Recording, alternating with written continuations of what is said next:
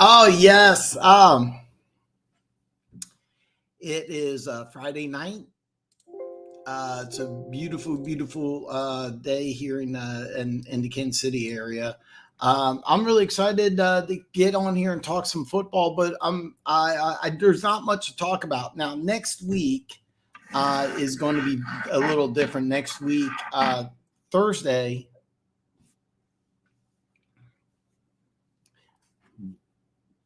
Thursday the 11th, the NFL schedule comes out. Oh man, I got Gooch here. Gooch. There's a chance I may do a special release show Thursday. I think I might do it just with the Chiefs, but next Friday, I'm gonna just go over the whole NFL schedule. I'm gonna have kind of a detailed show. It's gonna be a little longer. So it's going to be interesting. But man, God, I'm so glad to see you, man. Jason Peterson, Nate, what's up, Dan? Man, living the dream, brother. Living the dream. Looking forward to the NFL schedule coming out. I'm looking at over-unders. I finally got around. I'm on the NFL Network looking at draft grades, looking at some things I got different than what you have. So, or what the NFL Network has. I kind of was expecting the Lions get not an A, but I gave them a B plus, and I was thinking some Bs, but I was kind of surprised. I think the NFL Network gave them a B minus. Some of the NFL Network's grades I'm a little concerned about. So, just FYI, I'm putting only on 2 kids for Rookie of the Year. Can you put money on 2 Rookie of the Year? Yeah, well, I'm thinking. I'm going to go, since you're a Lions guy. Jack Campbell on defense. As far as rookies are concerned, I actually, tell you the truth, I really like Bijan Robinson. I like Bijan Robinson. I like Will Anderson here as well. Man, that would be awesome. I don't know if I'm going to go live. I'm just going to do a video. I'm going to hit you up because if I do it Thursday, there's a couple points with the Chiefs schedule I want to make, and then I might do a video this week. I may wait till after the schedule is released with some yearly over unders. So that's kind of what I was. I'm kind of debating on if I should do that this week or next week. Just wait till the schedule is released and then do over-unders, because it could flip a little bit. But there's 3 teams that I really think people should really consider putting action on for over-unders. One of them is Kansas City. And the reason why is that if you're a Chiefs fan, I don't recommend betting action on your team. The over-under is 11.5. The Chiefs have been consistently getting 12 or more wins, so I kind of like that. Gibbs is one. Addison's the other. I think Addison playing next to JJ should make it really easy for him. Gibbs is Rookie of the Year. Ooh. I would all right. I'm going to strongly urge you not to put money on Gibbs. And the reason why I say that is you got Montgomery there in Detroit. He's going to eat up a lot of touchdowns. Touchdowns are a big consideration. That's kind of why I like Bijan Robinson. I see him getting more touchdowns. If you have something like, let's just say 1,500 yards let's do this. 2,000 total yards. He's going to be used on punt and kick returns. I think he's going to be used as a receiver and a rusher. He gets 2,000 total yards, but he only gets 8 touchdowns. He may not win the award, even though it's a fantastic season. But because you have David Montgomery, he's going to eat up a lot of touchdowns. All right, David Montgomery is going to be a guy. This would be kind of a fun debate, because I could see Montgomery getting like 220 250 to 300 touches, over 1,000 yards on the ground, but get like maybe 15 to 20 touchdowns, where Gibbs may have, 800 yards rushing on like 150 carries and 5 touchdowns, but he'll be more explosive, kind of like the Ezekiel Elliott, with Pollard. I forgot his first name. So even though Tony Pollard was the more explosive back, Elliott got the bulk of the carries and the bulk of the touchdowns. So that's kind of the way I see that working. And so I would strongly recommend against Gibbs. Addison makes a lot of sense. Another thing I like about Addison is that I think Minnesota's going to have a bad defense. I mean, they got Brian Flores from he's from Pittsburgh last year, and he's working on that defense, but they didn't really add a lot to that defense. So you're probably going to have a bottom third defense in Minnesota. So you're going to have to win a lot of shootouts. So I see Addison. I worry about Addison's size. I mean, he's going to probably come into training camp at 170, 175. It's a different beast in the NFL. He's not, I think he's same situation with Gibbs. He's going to miss out on some touchdowns, but he's an explosive playmaker. So I kind of like that. So. And no, on Jack, I won't rule out Will Anderson, but I don't think Bajan gets enough touches. Atlanta did not need him. I 100% disagree with you there. Atlanta completely needs him. Atlanta's offense was not good last year. Tyler Aguilar, he was a 5th-round pick. He got over 1,000 yards rushing and played well, and he's a good running back. But no, they desperately need Bajan Robinson. Bajan Robinson's going to get. I guarantee you he's going to get 100 more touches than Jahmyr Gibbs, at least 100 more. Maybe he might get 150 more. And they need him desperately.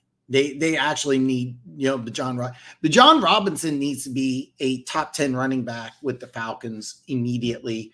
Gibbs doesn't, because you got Montgomery, who I really like. And, if he stays healthy, he's going to be the bell cow back, not Gibbs. So I do think he's going to use him a lot. I think he'll have I remember I kept on saying last year that I thought Swift would lead the league or lead the team in receptions, and he didn't. That's kind of what I could see with Gibbs, getting about 80, 90 receptions. But I also think he's going to get maybe 100 to 150 carries. I think best case scenario, you're looking at him getting about 220 to 250 touches from scrimmage. Now that could be about 1,200, 1,300 yards. Don't get me wrong, but I don't think he's going to have a lot of touchdowns. That's why I would urge you to rookie of the year. It's probably going to be somebody who gets a lot of touchdowns. So, but I do think Ben Johnson is going to use him quite a bit. Just as David Montgomery's really good. I mean, he put up some good numbers in Chicago and had a terrible offensive line. One thing I don't like about Detroit last year is they were terrible in that 4-minute offense. When they got the lead, they really didn't know what to do. When they were down, they were one of the most exciting teams in football. It was kind of fun watching Detroit last year. If the score is 31-7, Detroit could have the 31 or Detroit could have the 7, and you knew the game wasn't over. It was still going to be fun. I'd like to see Detroit figure a way out to finish games off, and I think you're going to see a lot of David Montgomery, and I think you're going to see a lot more eating the clock up. I also expect Detroit's defense to be a little better. So kickoff's not okay.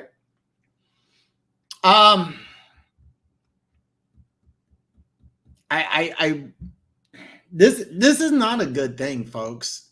You do not want to pick a player 12th overall and use them on special teams. You really don't. But let's just say you are. Let's say you're going to use them on kicks, which I don't like. But let's just say you do. It'll be a lot of fun, but I mean, you're risking injury. Will it help him in rookie of the year conversation? I don't think so. Unless he gets like 3 or 4 touchdowns, and he wasn't that guy at Bama. I mean, his best plays at Alabama. Well, I mean, it's a combination of running and receiving, but when I looked at Gibbs, I thought the best way to use him would be as a receiver out of backfield. You're kind of proving my point, Jason. He says Herschel Walker. Herschel Walker was 230. Gibbs is about 195. Kind of proving my point. Herschel Walker, and also Herschel Walker is a much better player. No offense to Gibbs, but he was a much better player. 230, 195. There's a big difference there. Oh my God. Oh, Hey Girl TV. Hey y'all. I love Hey Girl TV. For her last video, her daughter did the intro, and I was like, can she do my intro? But I guess she, Hatter's House 710, go Lions. Oh, you should be excited. One of the things is after the schedule release comes out, I want to kind of re-tap into the over-unders. The Detroit Lions by bookmakers are favored to win the NFC North, and I kind of like to get some Lions fans' input on that because it's going to be a little different. It's going to be a little different. Yeah, and some ladies. He's 199. Barry is just like. You have to tell me. I don't remember. I don't think Barry returned kicks for the Lions. I do know he did it. He did at Oklahoma State his freshman and sophomore year, and he was amazing. And then when he got his chance to replace Thurman Thomas, best single season in college football history. So, Eagles back to the Super Bowl. Oh man, it's funny because after the draft, I can't argue with this. Can't argue with this at all. So after the season and up to the regular season, I use a simple plus minus system. I give the Eagles a minus. You lost some free agents, but you added a lot in the draft. Rashad Penny has all the tools to be a superstar. I love getting DeAndre Swift, a player who didn't work out in Detroit. I wanted in Kansas City, and you give up a future 4th round pick. It's 2025, not even 2024. But I really, really like the Swift Rashad Penny combo, and they're paying these two less than what Miles Sanders is going to make in Carolina. So I really like that. Rashad Penny, if healthy, that doesn't he's never been able to stay healthy, but when healthy, he's a bell cow back with speed. I had a major man crush on Rashad Penny. He actually returned kickoffs for San Diego State, believe it or not. So I was a huge Rashad Penny fan coming out. I wasn't a fan of him going 20th when Nick Chubb was on the board, and the other running back out of Georgia got drafted by Carolina. I can't think. 13 minutes into the show, I'm already forgetting names.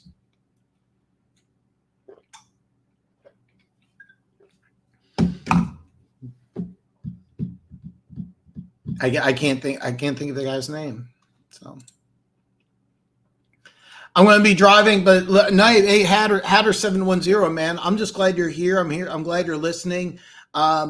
Next Friday, I'm going to break down the schedule. I'm going to break down the whole all 32 team schedule. A lot of the emphasis on the Lions. So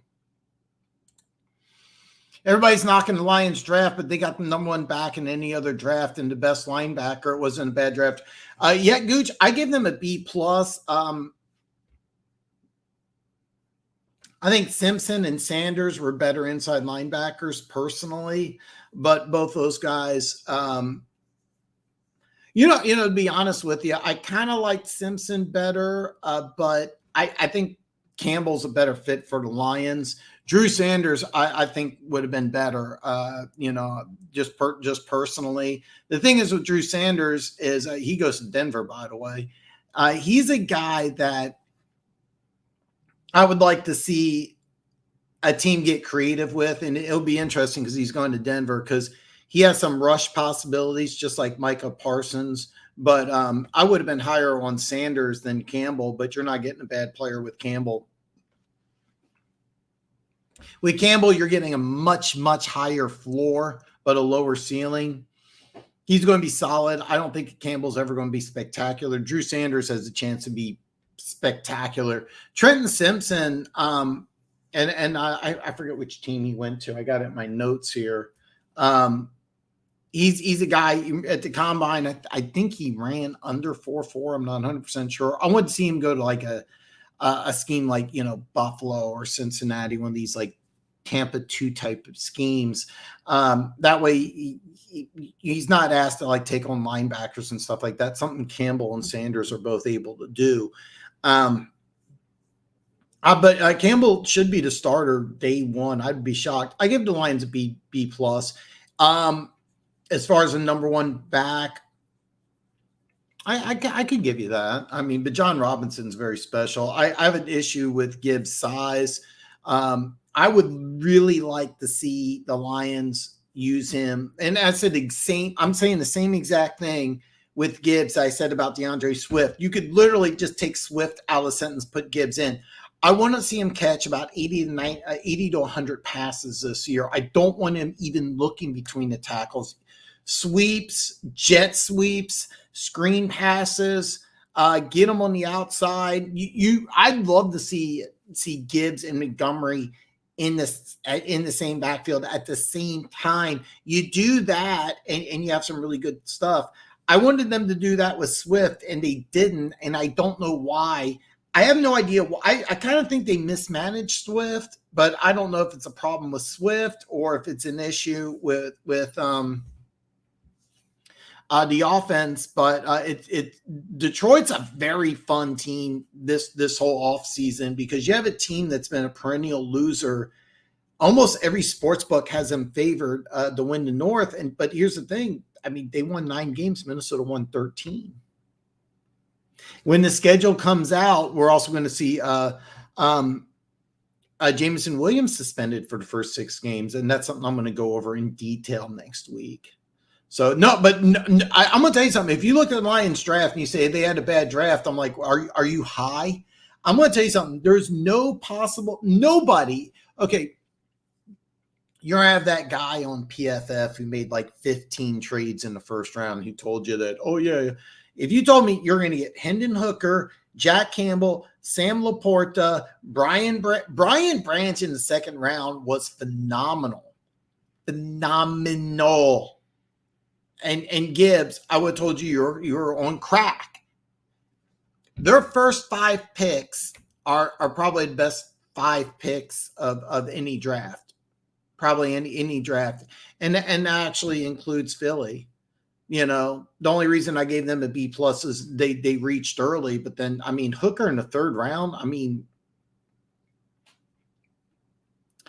it was Mike Tenenbaum. He was a former NFL general manager. He had a mock draft where he went 5th to Seattle.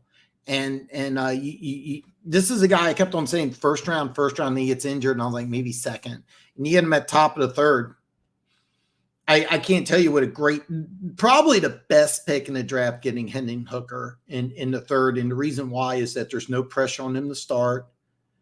If he was chosen in the 1st round, every incompletion, every interception, you would have heard Hooker.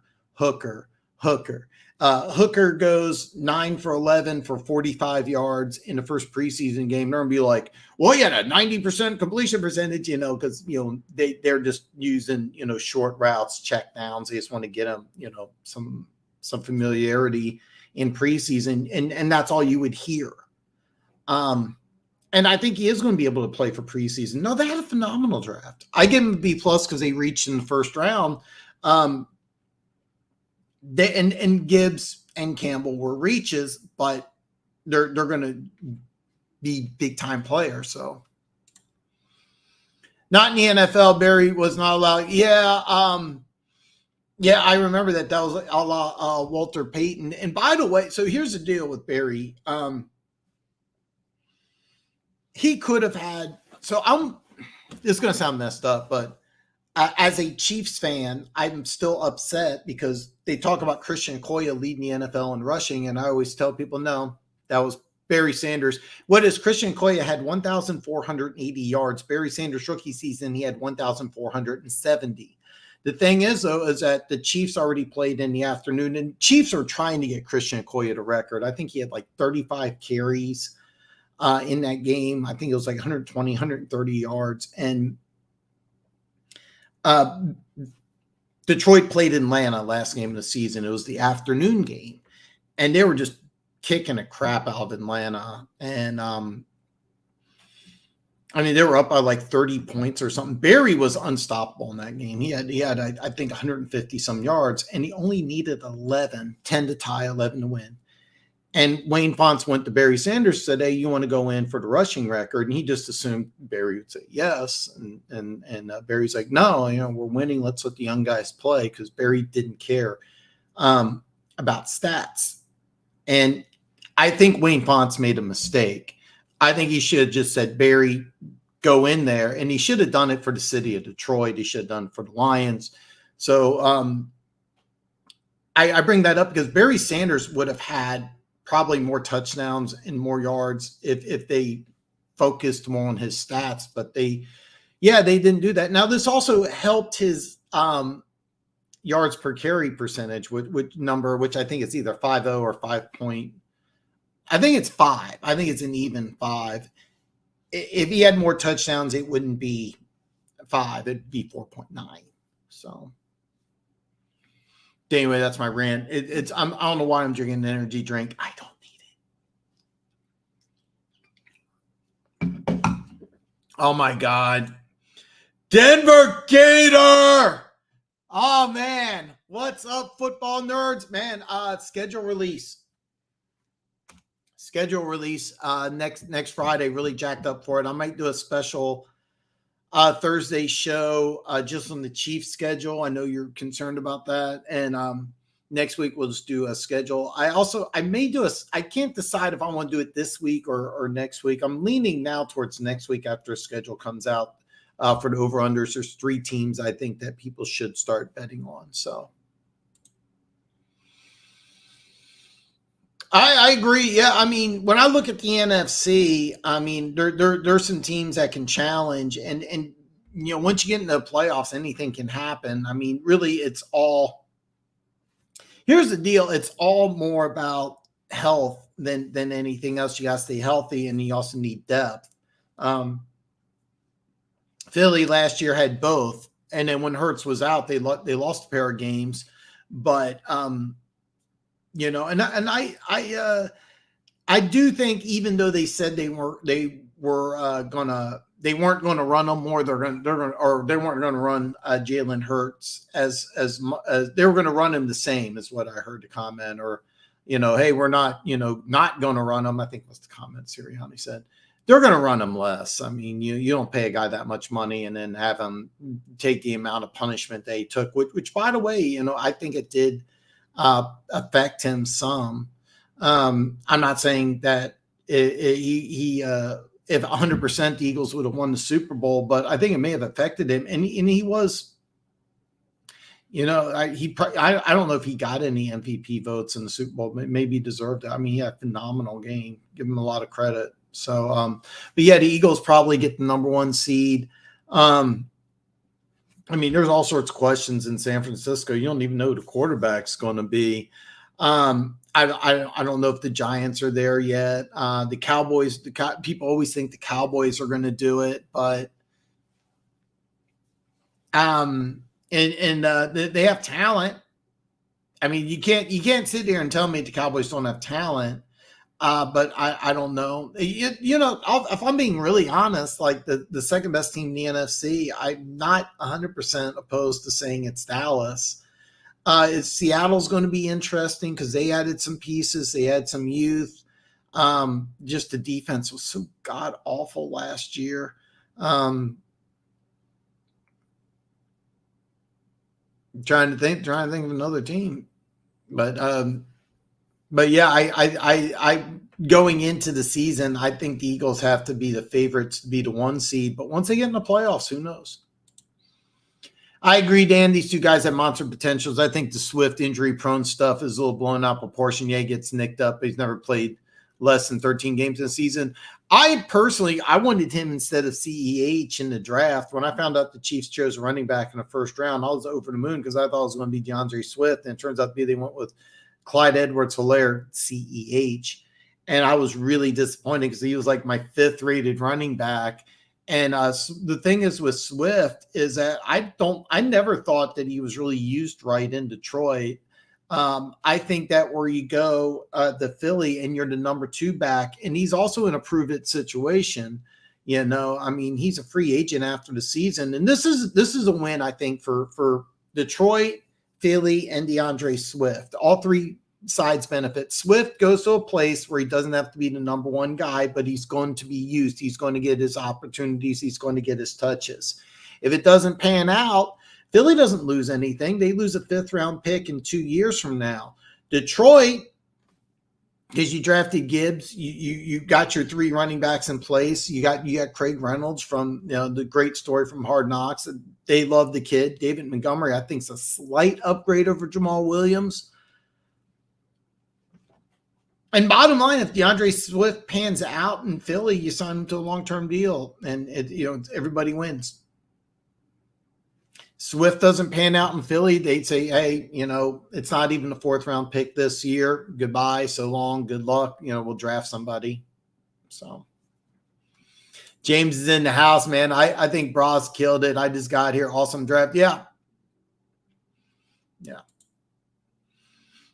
I can't stand it. Big Bad Brad traded Swift to Philly. The reason he's cheap is because we're eating some of that pie. Bottom line, as soon as you drafted Gibbs, I didn't really like that pick. I was like, okay, so you got 4 running backs but when you get rid of Swift and you got rid of him for a 4th round pick in 2025, I loved it because you got your 1 and 2, and then you got your backup guy who's going to play special teams, not a return guy, but he's going to, he's basically going to be what's called a 4-down back. He's going to be on all the special teams units. He's just not going to be returning kicks. That's valuable. You need those guys like that. And he can do a little bit of everything. So I liked it. I liked it a lot. Gibbs is not a guy who's going to be, a 20 touch a game guy. And if you do have him returning kicks, which I think would be a big mistake, but let's just say you do, you're going to get about 10 to 12 touches a game, and that's not a bad thing. It's a little high for the 12th pick in the draft, but the one thing I do like is that this opens up things in your offense. It opens up things for Amon-Ra St. Brown. Jameson Williams gets back in the offense, and also really liked Sam Laporta. Now, keep in mind, I had Laporta rated lower than Meyer, but I think that the way that they're going to use him is very similar to the way Travis Kelce's used in Kansas City. I'm not comparing Sam Laporta with Travis Kelce. I'm saying that the Chiefs offense and the Lions offense are going to use their tight ends the same way, and Sam Laporta is going to be a tight end in name only, but he's really just going to be a big wide receiver, and this is going to open things up for both Williams, and it's going to open up things for Amon-Ra St. Brown. And it's also going to give Jared Goff a red zone weapon, but it should open up things in both the running game and the passing game. So I really like the Laporta pick, even though Meyer, I think, is easily a better tight end. So Brian Branch pick was the best. Brian Branch is it's kind of funny because I really want to see, is he going to be a slot corner? Is he going to be a free safety? Are you going to have like an amoeba type of defense where you just have guys lining up in the secondary? They're going to do different things at different times. And that's like kind of what I'm hoping. I'm going to be honest. I don't, I drew a blank on Aaron Glenn's name for a second. Sorry about that.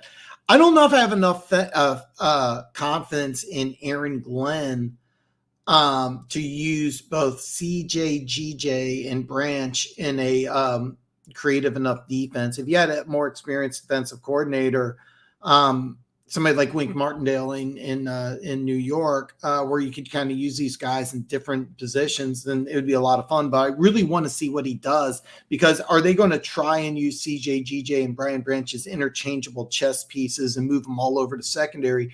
It could be a lot of fun. I'm really excited. I'm looking forward to the Lions preseason. I just want to see how they use these two guys, these two guys. So doors wide open for us, Funk. No quarterback in San Francisco. Rodgers is gone. Giants didn't really wow me in the offseason. Dallas and Minnesota choke. You're 100% right. 100% right. Dark horse in the NFC, I would say the Saints. I think they're easily going to win that division. They're well coached. They got some players. The defense is solid. Kamara's going to miss some games, but if he misses them early in the season, he's fresh late in the season, that would scare me.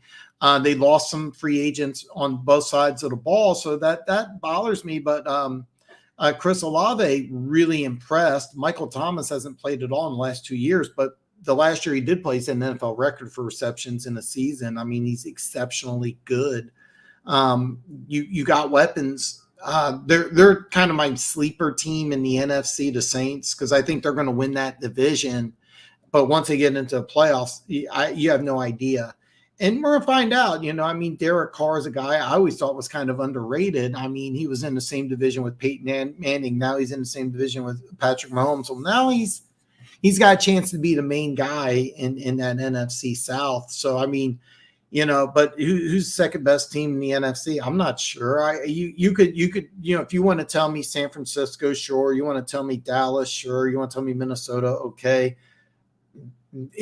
When everything's said and done, it may be the Saints. I think starting the season, it's too soon to say, and I wouldn't give the Saints that yet. But yeah. Watch your Brad Holmes interview with Tim. I'm not overly familiar with Tim Teddy, man. If you have all my social media is below, if you don't mind, man, if you don't follow me on social media, please do. And send me the link. I got One Pride in the house. Welcome in. One Pride sent me a video of his girlfriend going cliff jumping. I thought that was pretty cool. Not his girlfriend. It was funny video. Funny video. But yeah, it was pretty good. Pretty good. So like, yeah, and it's kind of cool because but if you follow me on social media, DM me some cool shit like what One Pride did. One cool thing Holmes has done is he that will help people want to come here is everybody he got rid of went somewhere they wanted. Swift back home to Philly, Hawk to a winner, Staff to LA. Okuda wanted to go to Atlanta. I didn't know that. I didn't know that, and it is going to help. And it builds. You have to realize something. Every NFL player is got one of these, and they talk. And there's a lot of players are unhappy with a lot of unhappy with a lot of teams. So that is important. That is important. I don't see that at all. And Gibbs is better than Debo. I definitely don't see that. The thing is, Debo Samuel is a wide receiver, and they were only looking at him as a wide receiver, but he was like a 210, 215 pounder who was built like a running back. So San Francisco just got creative and said, well, let's just put him in at running back. But Gibbs hasn't played it down in the NFL, and Debo Samuel's had over 1,400 yards receiving in a season. So, yeah. Well, I mean, they're using him as a running back. They have some questions at quarterback, but yeah, it's a little too much. Yeah, once you get into playoffs, anything goes. Anything goes once you get into the playoffs. So, but the one seed is important. I mean, I want it for my Chiefs. I can tell you that. But when the Chiefs won the Super Bowl against San Francisco, they were a 2 seed. So. Swift would always catch the dumbs when running at times the way you do the way that way.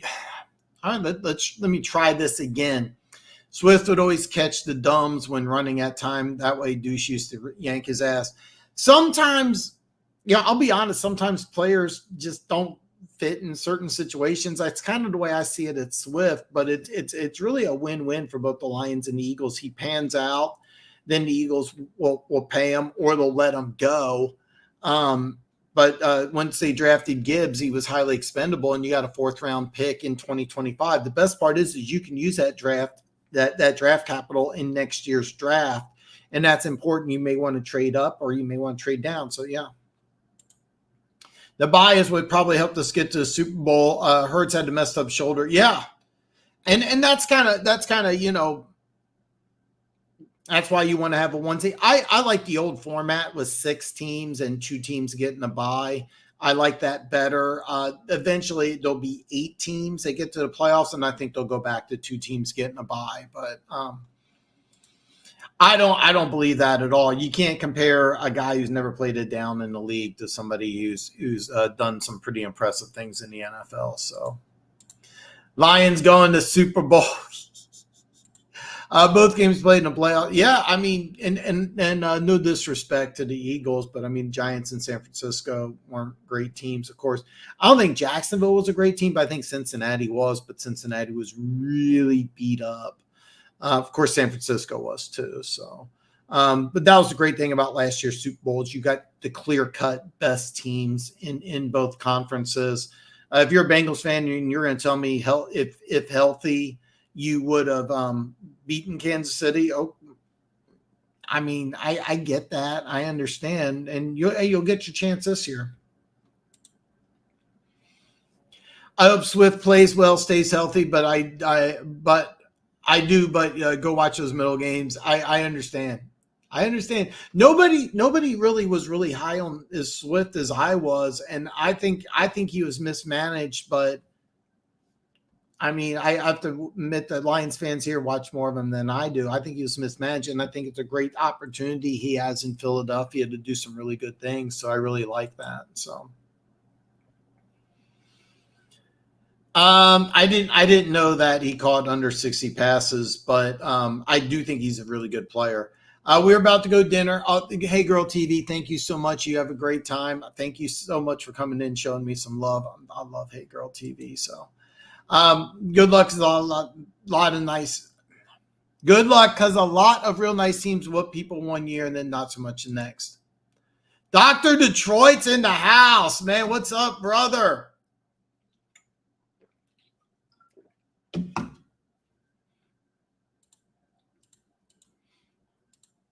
All Lions, man. People, Lions, dude. I'm tell you something. I get a lot of love from the Lions fans, and they are fantastic. I'm a Chiefs fan, Dr. Detroit. I'm going to tell you something. Lions fans are easily better than Chiefs fans. Easily. It's not even close. I'm part of Chiefs Kingdom. Season ticket holder since 89. Lions fans easily have Chiefs fans beat. Not even close. Matt, I can talk 32 teams, but listen, if the show's dominated by Lions fans and we want to talk Lions, we will talk Lions. I love what they did in the draft. They were the most entertaining team in the draft. They are a very entertaining team, maybe the most entertaining team because they're a perennial loser who's now favored by all the major sports books to win the NFC North. When the schedule comes out next week, I hope that all you guys can come on here and give me score predictions. I'm going to let you know right now, don't come at me with 16-1, 15-2. All right. Don't do that. I'm going to get mad, but do come here. I want to hear about some of your predictions. So no, I need to get Don Burr in here. I would love that, man. Joey Stevo and Don, the pipe is getting hot. Oh, I love it. Jalen got 2 out of 50 MVP votes. Eyes purple cry. Was that for the Super Bowl? I mean, he played a phenomenal game. I mean, phenomenal. I mean, they win, they win, he easily gets it. So Dr. Detroit, not much. I hope your weekend's starting off good, man. You can always say which oh, that's awesome. Didn't the Cowboys take an off-ball linebacker top 15 and nobody cared? Just saying there has been a few linebackers taken in first recently and nobody cared, but the Lions take a RAS freak and get booed. They took Micah Parsons at 11, completely different type of athlete. Campbell ran a 4.75. He had a good short shuttle, showed some good area quickness. I didn't have a problem with 4.75 because he's over 6'4" and 245. LVE, what I'm talking about. I'm not even going to try to pronounce his name. similar type player, ran a lot better than 4.75, and I think the Cowboys took him at 20. At the time they needed an inside linebacker, kind of worked out. Last year, I loved Devin Lloyd. I had Devin Lloyd ranked higher than Jack Campbell, but I loved when they took him. I think Jacksonville took him 27th. I'm just spitballing, and I loved it. I don't have a problem with taking Campbell at 18. I don't have a problem taking an inside linebacker at 18. I had an issue because I had a second round grade on him, and I thought Simpson was a guy I could have gone for. Depending on what team you are. Now the Lions probably weren't as interested in Trenton Simpson as they were a bigger, more physical linebacker. I'm just speculating. Drew Sanders, I think, would have been a little more of a reach, but I had Sanders rated above Campbell. So, but as far as him being a freak, the 4.75 isn't really freaky. You can argue with me about 40 times. I get that, and he was a bigger because he's bigger and more physical. I don't have a problem with 4.75. But I wouldn't call him a freak, and he had universally second round grade on him across the board. So, Dr. Detroit, love that movie. Is it Dr. I have not seen it. Okay, so Dr. Detroit, yeah, Dan Aykroyd plays Dr. Detroit. I have it actually. I think I have it saved. I've never seen it. The moment the Lions drafted Gibbs, Swift agent asked for a trade Swift didn't even know about. I didn't know that either, man. Jack Campbell. Micah was a pass rusher, evidently by his stats. Luke Campbell's not rushing the passer at the next level passer. Okay. So what Micah Parsons was an inside linebacker at Penn State, but they also used him occasionally rushing the passer. And Drew Sanders, when he was at Alabama, played linebacker and also rushed passer occasionally. At Arkansas, he was a 95%, maybe 85% linebacker and then rushed occasionally. But Micah Parsons was going to play middle linebacker. They just saw the potential. I think at the combine or his pro day, he ran like a 4.36 or something just crazy. But he was projected to be just a linebacker, and then the Cowboys got a little creative, and he did do it at Penn State. Same thing with Drew Sanders. That's why I had Drew Sanders rated a little higher, is because I think Drew Sanders, you can do the same thing that you do with Micah Parsons, and that's the way the NFL defenses are going. You're having kind of positionless players, the guys that you can move all over the field, and that's kind of what I like about Drew Sanders, is that this is a guy. Hey, guess what? He's a linebacker on third down. Maybe he rushes the passer. Maybe on third down, you have no idea where to put him at. And that's something that Dallas got a little creative there with Micah Parsons. You're not going to get that with Campbell. You're going to get a guy who's going to be a 3-down linebacker, but he's not really. Don't get me wrong. I say this, and watch his first game, he'll be used on blitzes and get 2 sacks. And so, yeah. Yeah, I'm bad with names, man. This is why you always call your girl baby. That's why you always call her baby. Slasher, what about Simmons to the Cards? Sorry, I used the funk retort. Running backs and linebackers with such a short shelf life have to always rotate youth and volume. And listen, I don't have a problem with the Lions taking a linebacker at 18. I just had Campbell as my number 3 guy. If you ruled Simpson out because you wanted a bigger, more physical guy, I get that. But he was a second-round pick. I had Gibbs as second-round pick as well, but I do like the fit. And same thing with Laporta. I probably had Laporta late second, early third. Meyer, he was chosen before Meyer, and Meyer I definitely think was the better player.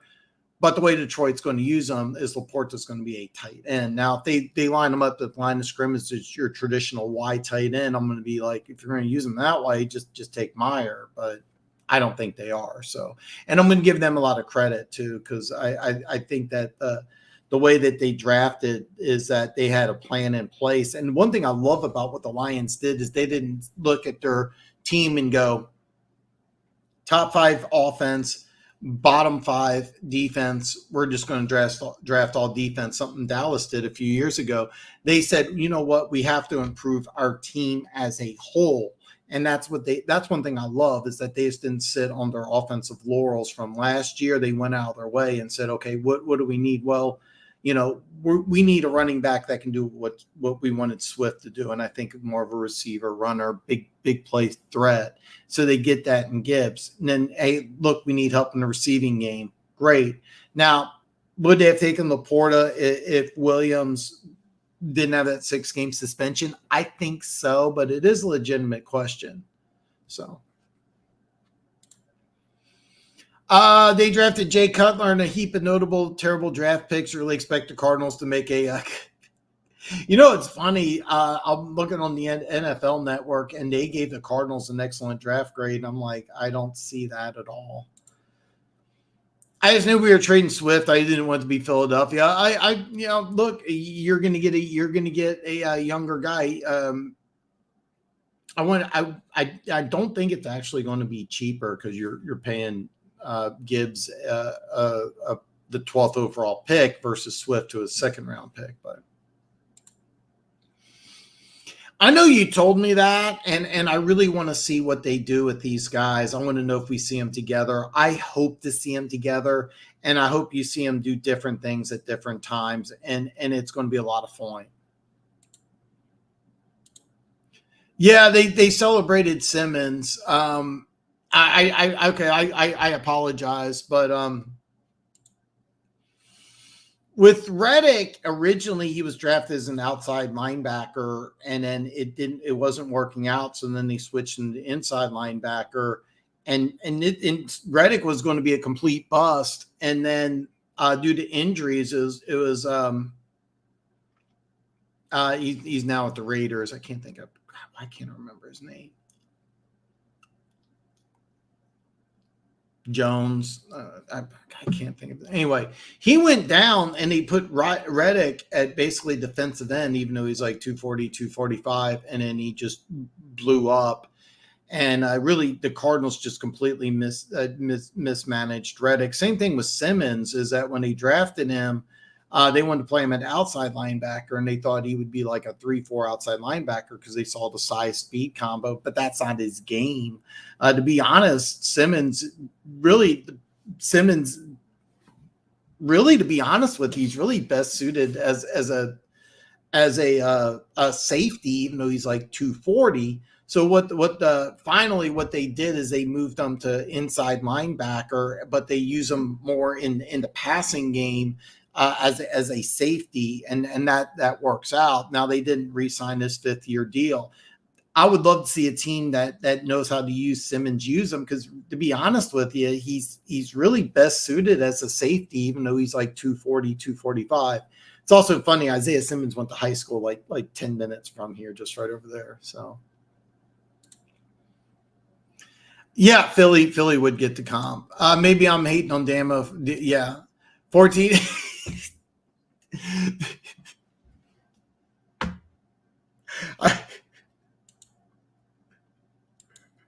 I'm kind of hoping I'm expecting this, but I'm hoping for this.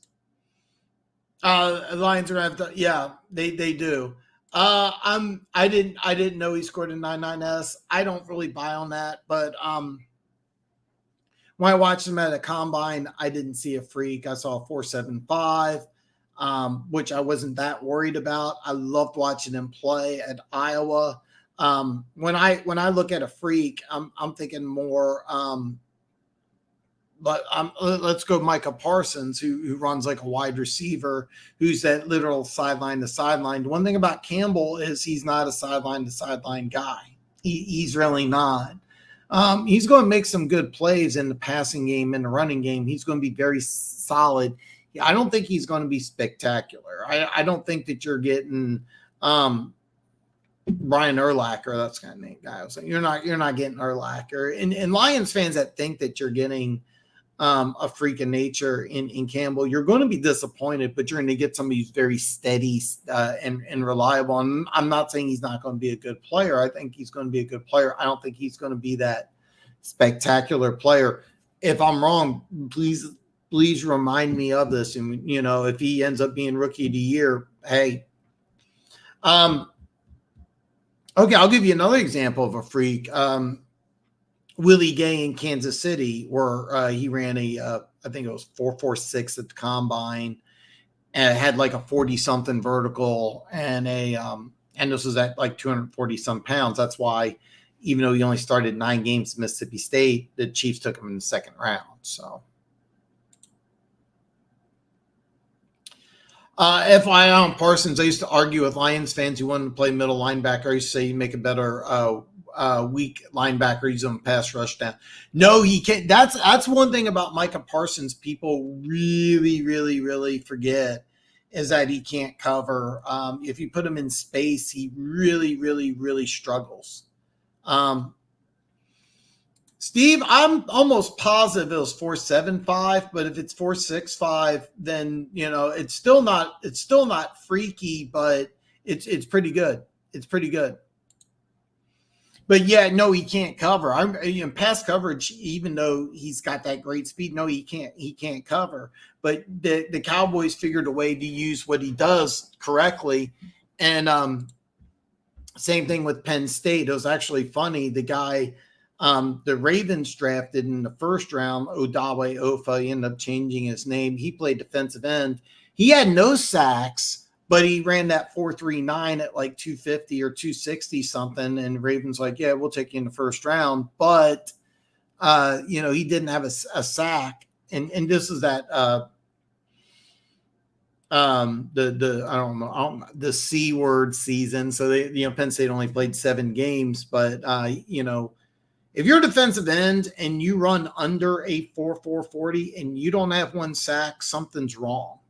And by the way, it's also translated into the pro games where he's had some good plays, but he hasn't been consistent. There's reason to keep signing Justin Houston, the 1-year deals. There's a reason why they drafted David Ojabo, who could have a huge season next year. So, yeah. Safety, yeah, I can see that. He's freakishly fast. You can use him as Jamal Adams. Yeah, and that's okay.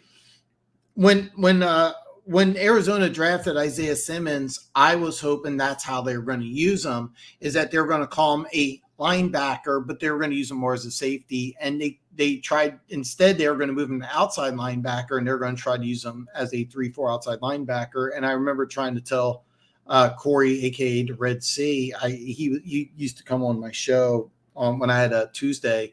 I'm doing that next year. I may try to get him back on. We'll wait and see. I tried telling him this was not going to work. This was a bad move. And he's like, no, it's a great move. He's got the speed. And I was like, dude, he's not an outside linebacker. You don't want to use him that way. You want to get him away from the football as much as possible. You want to use him. He's really a free safety, even though he's like 240. That's really his best position. And yeah, I don't think Arizona's bringing in a new coaching staff, and that's kind of why they didn't exercise that 5th-year option, is because I don't think they know how to use them. And I'm scared that he's going to go to a team like New England and, he'll get that talent unlocked for a relatively cheap price next year. It'll be interesting to see if the Cardinals can figure out what to do with him. So, yeah. I would have maybe given the Lions an A- if they took Simpson ahead of Campbell. Simpson was my number 1 linebacker, but if you had Sanders ahead of Simpson, because Simpson, I think it was like 230, 234, and I don't think he's that like thumper type of dude where Sanders and Campbell can be more of a thumper. Simpson's a guy like in that traditional, Tampa 2 style defense where Simpson's going to be excellent in pass coverage. I mean, this is a guy who's going to be excellent pass coverage. I actually forgot where he went, and I have all my draft notes here because I remember I loved when he got drafted.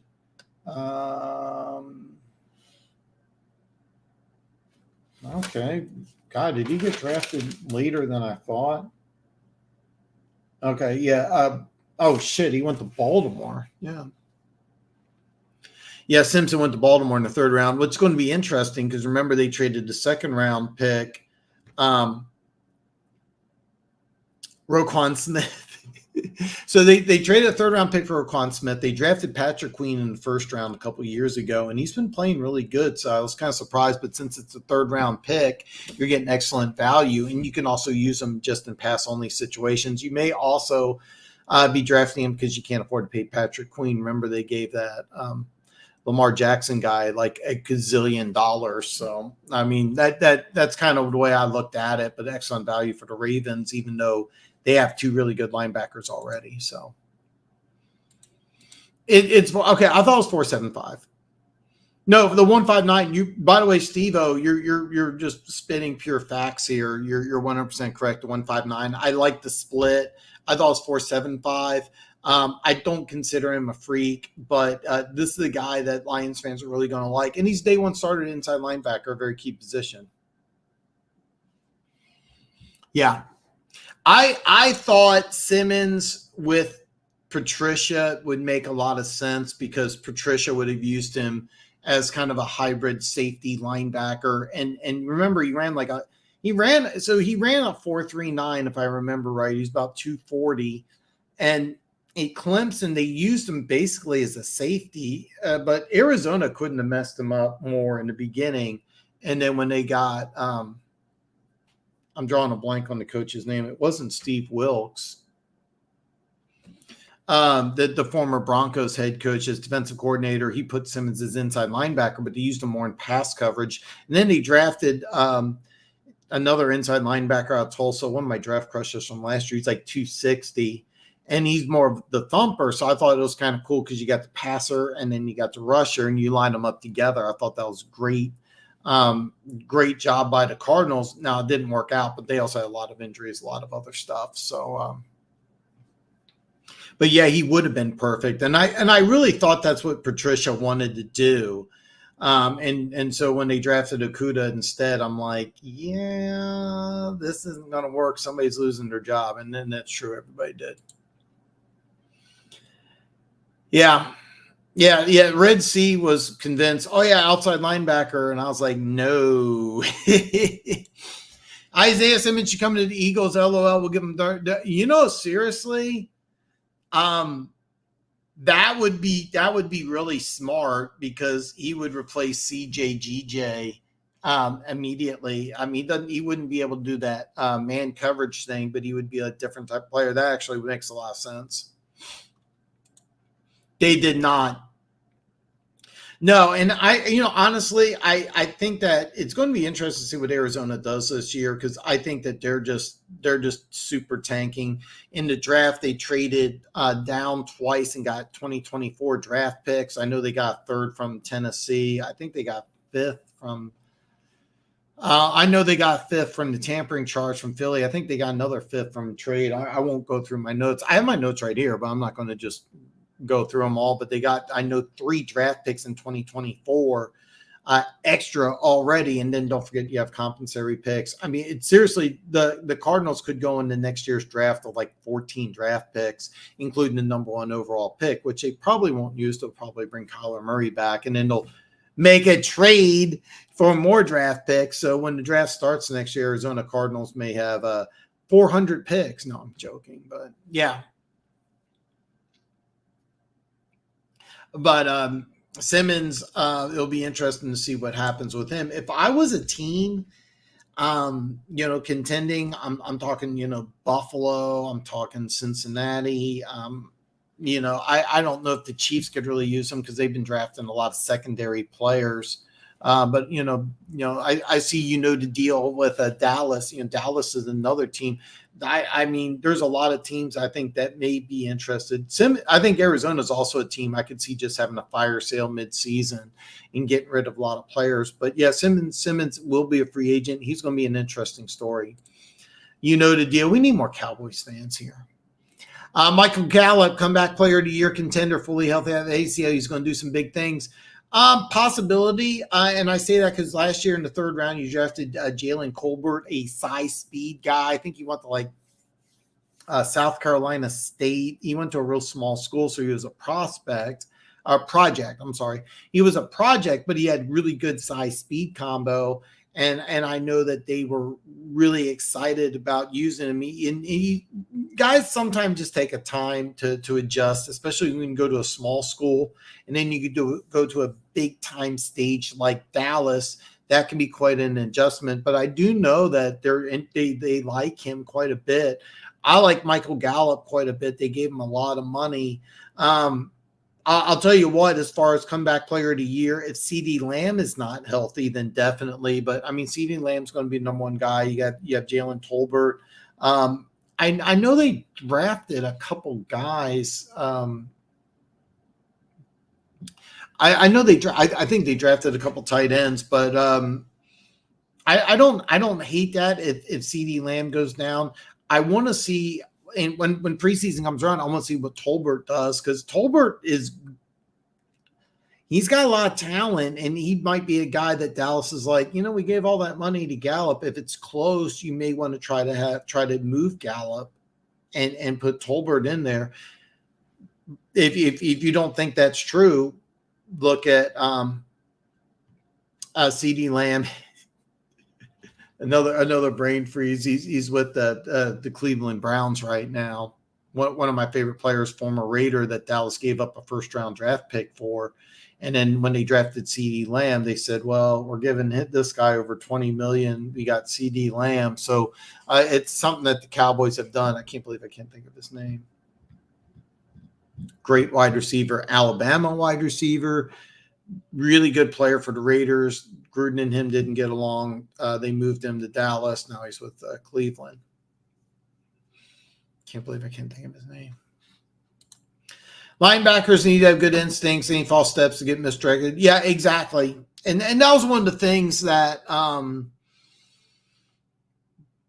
that's one of the things that bothered me about Micah Parsons, because when he was coming out of Penn State, if you got him to where he's thinking and trying to diagnose plays, you got him beat. But when you got him to be a see ball, get ball type of player, he was better than anybody. The problem is that when you confused him, then there were some issues. That's why I kind of like him at defensive end, because you're just like see ball, get ball. And that's one thing the Cowboys did an A+ job on, is they just said, hey, look, see ball, get ball. And that's what they did. That's what they're doing with him. And he's playing really well. So I kind of like that.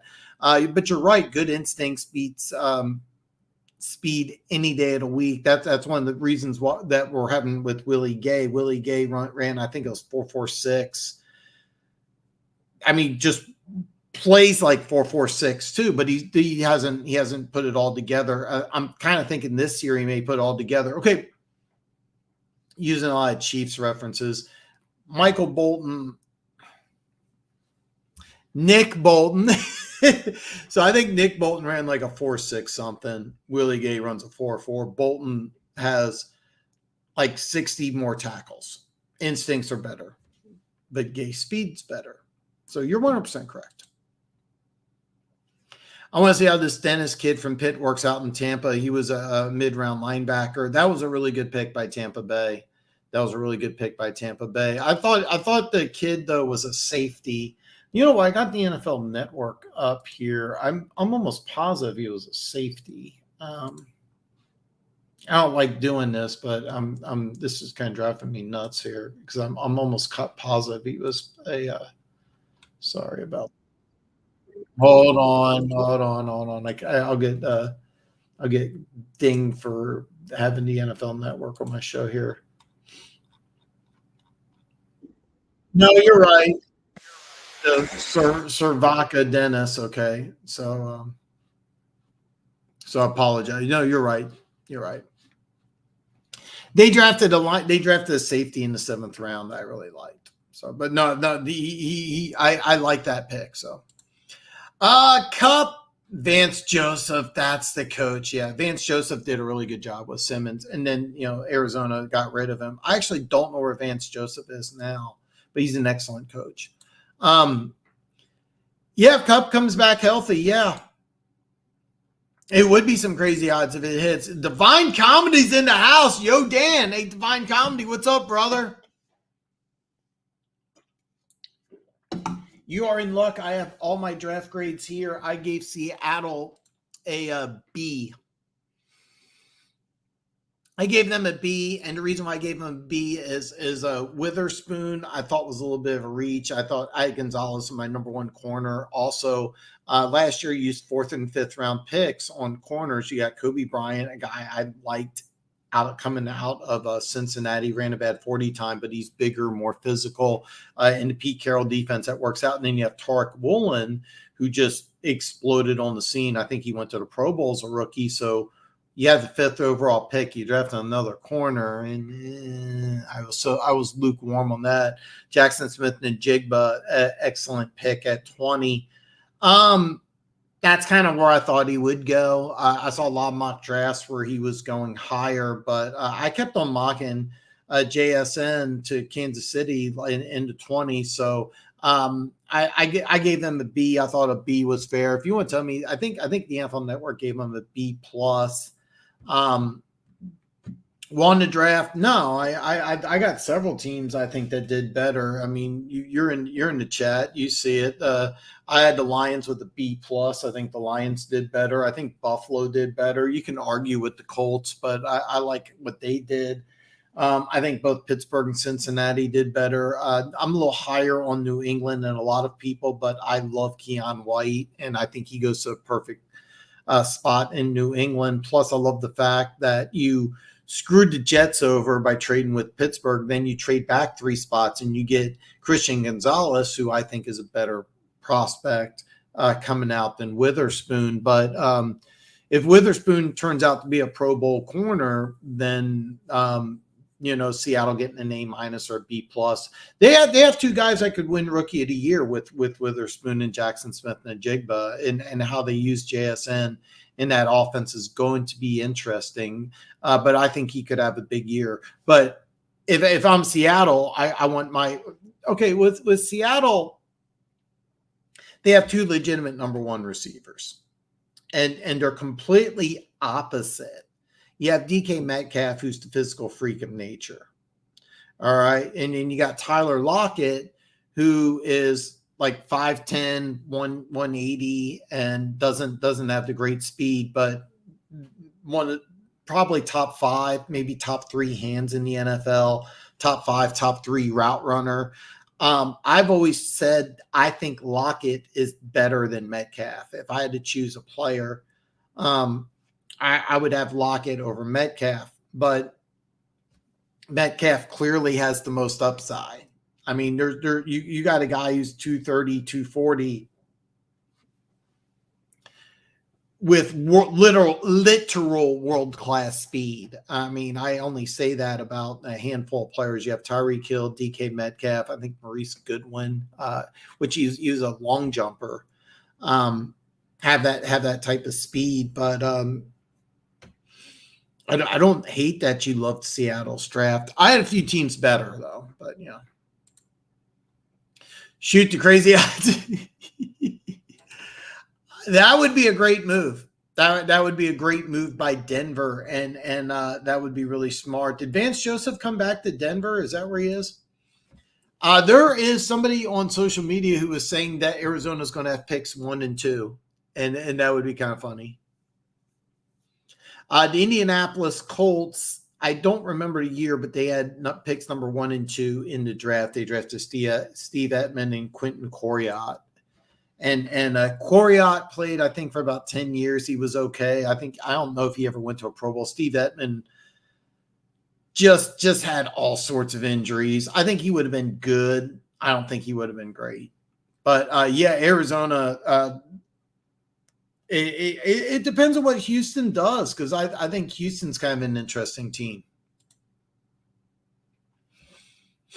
Brad Holmes flat out said, regardless of position or quote unquote value, we take players that fit our scheme and culture. Note we draft a lot of players that were team captains.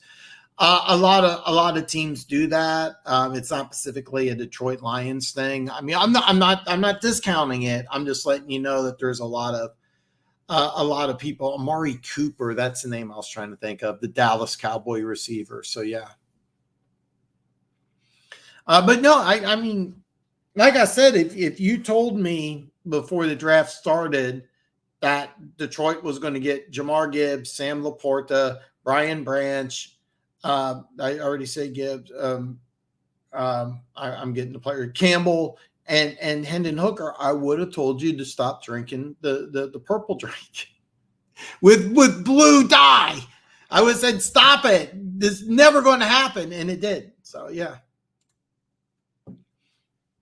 If the Texans were smart, they should have waited a year for Caleb Williams and Marvin Harrison Jr. and used those 2 back-to-back picks. I think Williams is going to be a much better. Well, here's the deal. I get that logic. I don't agree with it, though. Never bank on what a player is that year. You see this all the time. Spencer Rattler was supposed to be the number 1 pick in this year's draft. I forget who it was, but somebody I wish I was saved it. They're talking, I think, to I don't know if it was somebody in sports media or if it was somebody with the Ohio State team. They're talking about Ohio State wide receivers. He says, who's the best receiver in Ohio State for the last several years? And he said Marvin Harrison. He didn't even stop. He didn't slow down. He didn't it was just boom, Marvin Harrison. And I think what you're looking at, Williams is going to be, barring injury, the number 1 pick in the draft. Marvin Harrison, number 2. If you're Arizona and you have the number 1 pick in the draft, you may want to consider taking Marvin Harrison, number 1. I think Harrison could be special. We'll have to wait. It's funny. I have on my DVR Georgia, Ohio State, and Alabama spring games. I haven't watched them yet, and I think also at Penn State. But I'm gonna try to get those spring games watched. I kind of want to see. Alabama has a quarterback that could be a Heisman candidate. I really love that kid. I have no idea who's going to play quarterback at Georgia or Ohio State. So, yeah, Amari Cooper. I couldn't believe I couldn't think of that. Nick Bolton ran a 4.7. Willie Gay runs a 4.4. Those are the 2 linebackers, and Bolton leads the team in tackles. I think he was like 5th or 4th in the NFL. He had like 170 or 180 tackles, something crazy. Willie Gay, I think, had 100. So, yeah. All you guys got Amari Cooper. I am so embarrassed about this. Gator, you talking about Isaiah? Yeah. I love Bolton coming out talking. Yeah, you did talk about Bolton coming out. You did. You absolutely did. So Vance is in Denver. That's right. That's a good move. Denver's made some really good moves, and I love the Drew Sanders pick. I keep saying Riley Reed, and people laugh at me because Riley Reed apparently is I'll bet money I think she's a porn star. Riley Reed, I believe, is a porn star, but Denver drafted. It's Drew Sanders, and then they turned around. It's not Riley Reed. It's Riley Moss. Okay. And those are 2 really, really, really good defensive players. So, Denver's made some really good moves. Denver's made some really, really good moves. Oh, I got keys in the house. I still can't believe Arizona not only hired Ganning, but Tampa to do so. Is this the worst move or the offseason, Dan? I think it was really bad. So if you're not familiar with this, so the tampering caused a flip in 3rd round picks, and they also get a 5th in 2024. The difference is they went from, I think, 66 to 94 in the 3rd round. So he went from top of the 3rd round to bottom of the 3rd round. And yeah, it's a terrible move because I think out of all the head coaching hires, this is one of my least favorites. And here's the deal. You got a weird situation in Arizona. You have a head coach, offensive coordinator, and defensive coordinator that are first times in all 3. None of them have experience in those categories. None of them. So, yeah. Bolton's he didn't go to a Pro Bowl in Kansas City, and I have no idea why. Speaking of best move and worst move for as many teams as you'll do for us, Dan. Oh God, I would love to do that. Draft and free agency. But I'm not going to. That's actually great. God, that would actually be a lot of fun. For my draft show, I went over all the drafts, and I would love to because I got every draft pick for the first 3 over. I will do Kansas City. best and worst. The best I think was Rashee Rice, the receiver out of SMU, traded up a little bit to get him. Worse, and I hate to say it's the first round pick. I didn't have. I had Rice probably ranked a little higher, but God, I would. That's a fantastic question. God, I would love to do that, but I'm going to keep this show short because next week I want to do a big thing with the NFL schedule. So, man, I love that. By the way, man, I'm so glad to see you, Keys. I love Keys. I agree with this, and I think I actually think the 10-yard split for corners is very, very important. The worst draft.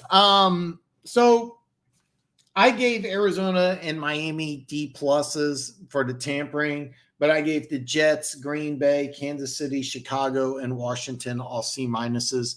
The one thing about the Commanders is their first 4 picks. I think they reached on all 4 of them, but going into the draft, they wanted to focus on guard and corner, and that's what they got. That's what they got is guard and corner. And that's what they wanted. So it's hard to say, but I think they reached on all 4 of those picks. I get that. Miami remember, Miami lost their first round pick for tampering, and they didn't even get their guy. That's the thing that's the reason why I would say give me a loser. I'm saying Miami, you had the what was it, 21st or 22nd pick in the draft, and you lose it. Would you get? Nothing. I mean, Arizona, at least they got the coach that they wanted. I would have gone with, there was probably 5 other coaches I would have gone with instead, but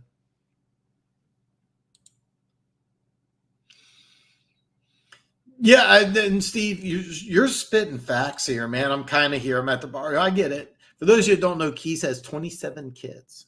It's a world record. So Keys can just look at his wife and she is pregnant. So I'm sorry, I probably shouldn't say that, but man, that's awesome, man. Enjoy it. 49ers draft was pretty bad. I gave them a C plus. I actually didn't hate their draft. It's just simple fact you didn't have a pick in rounds 1 or 2. But yeah. See, I think Witherspoon was a top 2 non-quarterback player in this draft, highest ceiling of anyone not called Carter. Okay. And if that's the case, then yeah, I can see you saying that. I don't see that at all. Top 2 non-quarterbacks. I would Will Anderson and Jalen Carter, talent-wise, but how you had Carter rated off-field stuff, I get that. I had John Robinson rated higher. I had Christian Gonzalez rated higher. If medical cleared, you could argue Tyree Carter. Of course, it's a position thing and personal preference. But if you had Witherspoon ranked that high, which Seattle did as well, then yeah, I get that. Now the thing is, Jackson Smith and Jigba, I don't want to go over their whole draft, but Jackson Smith and Jigba, you didn't get like exceptional value there. I gave that pick a B, but Christian Gonzalez at 17, that was excellent value. Dalton Kincaid, that was excellent value for Buffalo at 25. You also traded up for it, and you screwed Dallas over. Miles Murphy at 28, much better value in my opinion. But if you think that highly of Witherspoon, if you had him rated that high, and Seattle obviously did, then yeah, I could see that. Thank goodness again in Arizona there'll be new memes. Maybe get off Russell being crazy. I can't believe the Lions front office not only watches this show, but listens to me talk about my Homer Hawkeye draft crushes. The Lions front office does not watch this show. They just listen to you because you were very, very high on Campbell and Laporta. So Denver also got one of your draft crushes too. And I got to quit calling him Riley Reed. I got to quit calling him Riley Reed. Denver got Riley Moss. I got to quit calling him Riley Reed. So I thought I could start rooting for Russ again this year. Then y'all went and gave us another. I'm sorry, DJ. I try to be respectful without a corniness for you. But okay, by the way, just so you know, Keith, Denver Gator is a hardcore LSU Tiger, Kansas City Chiefs fan. So the Colts also drafted Marshall Falcon, some linebacker in the top 5. Yeah, it was actually that wasn't the famous Mel Kiper.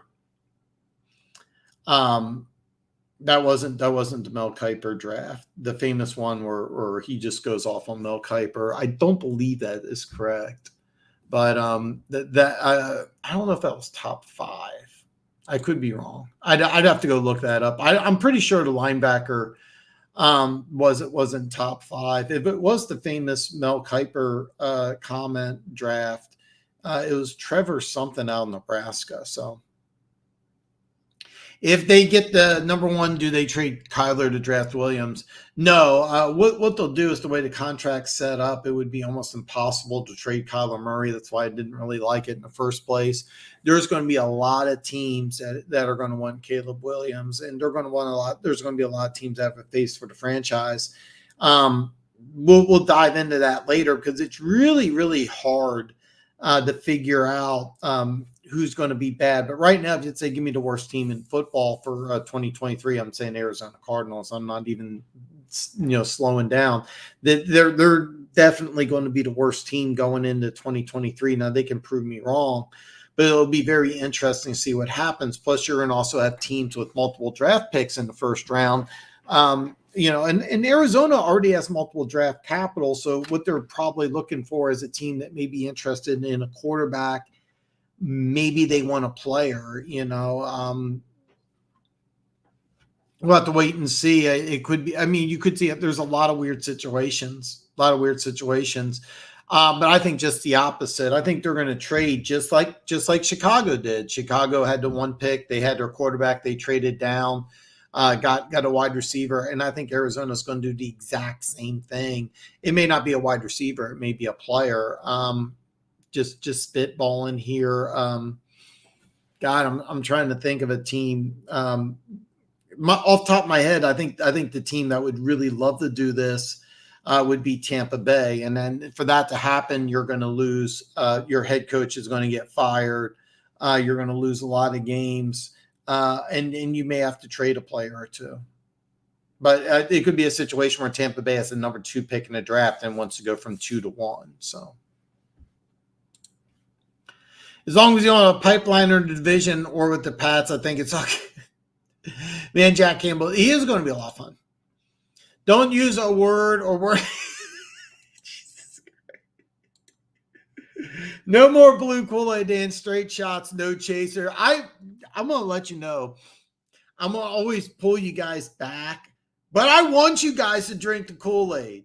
I want to hear it. Now, don't give me 16-1 when we talk about the schedule. But Funk's already lining up for 13-4. So Alabama spring break is laughable. They just had to get the Notre Dame quarterback because their quarterbacks.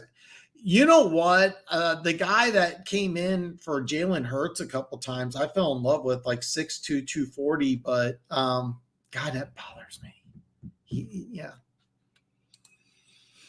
He does. It was funny. I wish I kept that clip. About who it was that talked about, but he's like, because you had Chris Olave. He wasn't even best Ohio State receiver in the draft last year. He had over 1,000 yards for the Saints. I'm drawing a blank on both the names. The Jets, the player who went 10th, who won Rookie of the Year, and then Terry McLaurin. That's the name I was trying to think of for the Washington Commanders. But Harrison Jr. looks unstoppable. I know I've said that like 3 times, so I'm just going to keep calling him Riley Reed, and we'll just have some fun. Can a white man do it? The answer is yes, and I actually really like. I'm gonna call him. I'm just have fun. I'm gonna call him Riley Reed. It's Riley Reed. The answer is yes, and it's kind of weird because Denver did have a hole at corner, and he's going to get an opportunity to start. So, yeah, actually, he can. I know. Oh God, this is so good on so many different levels. I love Moss at Iowa. Fun to watch. A little work on technique, but yeah, Denver loves to take my. I do. I think he's going to start. I have a bad feeling he's going to start. Yeah, I really do. I didn't think Rashid Rice Kennedy separation is really good at congested catches, but that's because he runs lazy routes. Well, I didn't see the lazy routes, but I did see the lack of separation. That's because he's a 4-5-5 guy. Not an issue in Kansas City, where you have maybe the best offensive mind in the National Football League, and Andy Reid. He'll have designs set up that will get him in good position to use what he's really good at, and that's run after the catch. But no, he doesn't create separation, and he is fantastic at contested catches. I didn't see the lazy routes. I didn't see it. But here's the deal. If he went to a different team, I wouldn't like it as much. But in Kansas City, it's an excellent fit because he's not going to be the number 1 or number 2 guy. He doesn't have to be. And as he learns offense, then he'll get up there. So Denver does love Hawkeyes. I know. 27. The answer really is 8. So not worried about it. I'm not worried about it. And here's the thing in Philly, I mean, how much is he going to play this year? I mean, what's the most amount of snaps he'll play in a game this year? 30? Yeah, he'll be good.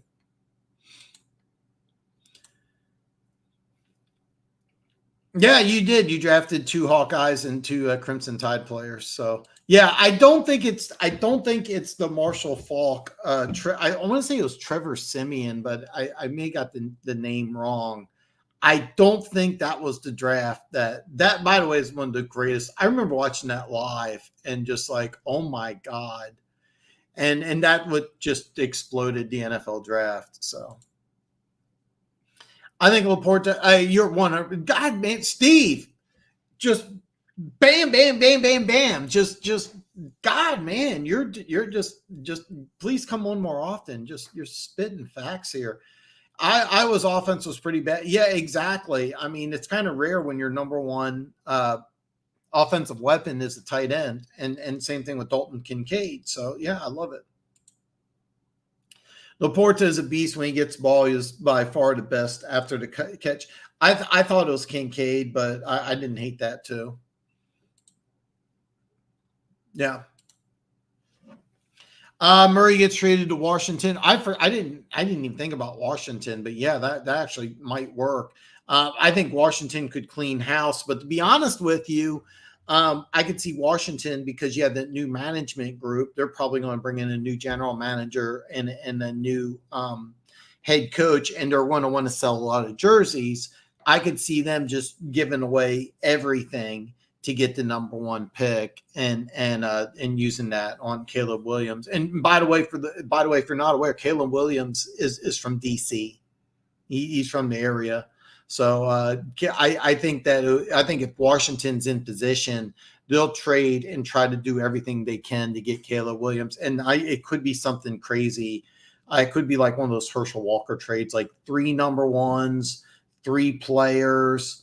It could be nuts. But by the way, yeah, Caleb Williams is from the DC area. So I don't know why I didn't put those together, but yeah, I should have. I'm a Hawkeyes fan, so I saw all of his games. I think everyone's seeing his big yak play against Kentucky in our bowl game. I remember that too. Yeah. Riley Reef. I'm going to start. I think I'm going to do Riley Reed. I just love that. Yeah. Steve O is just seriously on fire today. Steve O, in regard to his lack of separation, that's based off 2022 film, foot injury, I believe, are off all of his years for receiver. Here's the deal. The thing is about Rice is that he was never a separation dude, but when so Sonny Dykes was at SMU. Last year he took over as the TCU head coach, but he was the guy who recruited, Rice to go to SMU, and he ran a high passing type of offense. And it's not conducive for an NFL scheme because, basically he only ran 3 to 4 routes. So to sound like, he didn't have a good, ran lazy routes. It's kind of the system. They only ran 3 to 4 routes there at SMU. So he's a raw dude. but because he's a bigger dude, he's 6 foot, he's about 205. He's gonna be used. If you're Rashee Rice, like if you could say, give me what team would be the best team for me to go to, it's Kansas City.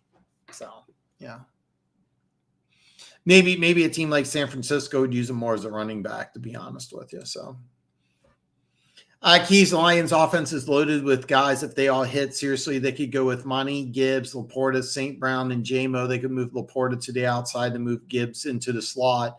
And by the way, I'm kind of thinking that what I'd like to see is both Laporta and Gibbs both play at the same time, inside outside combos.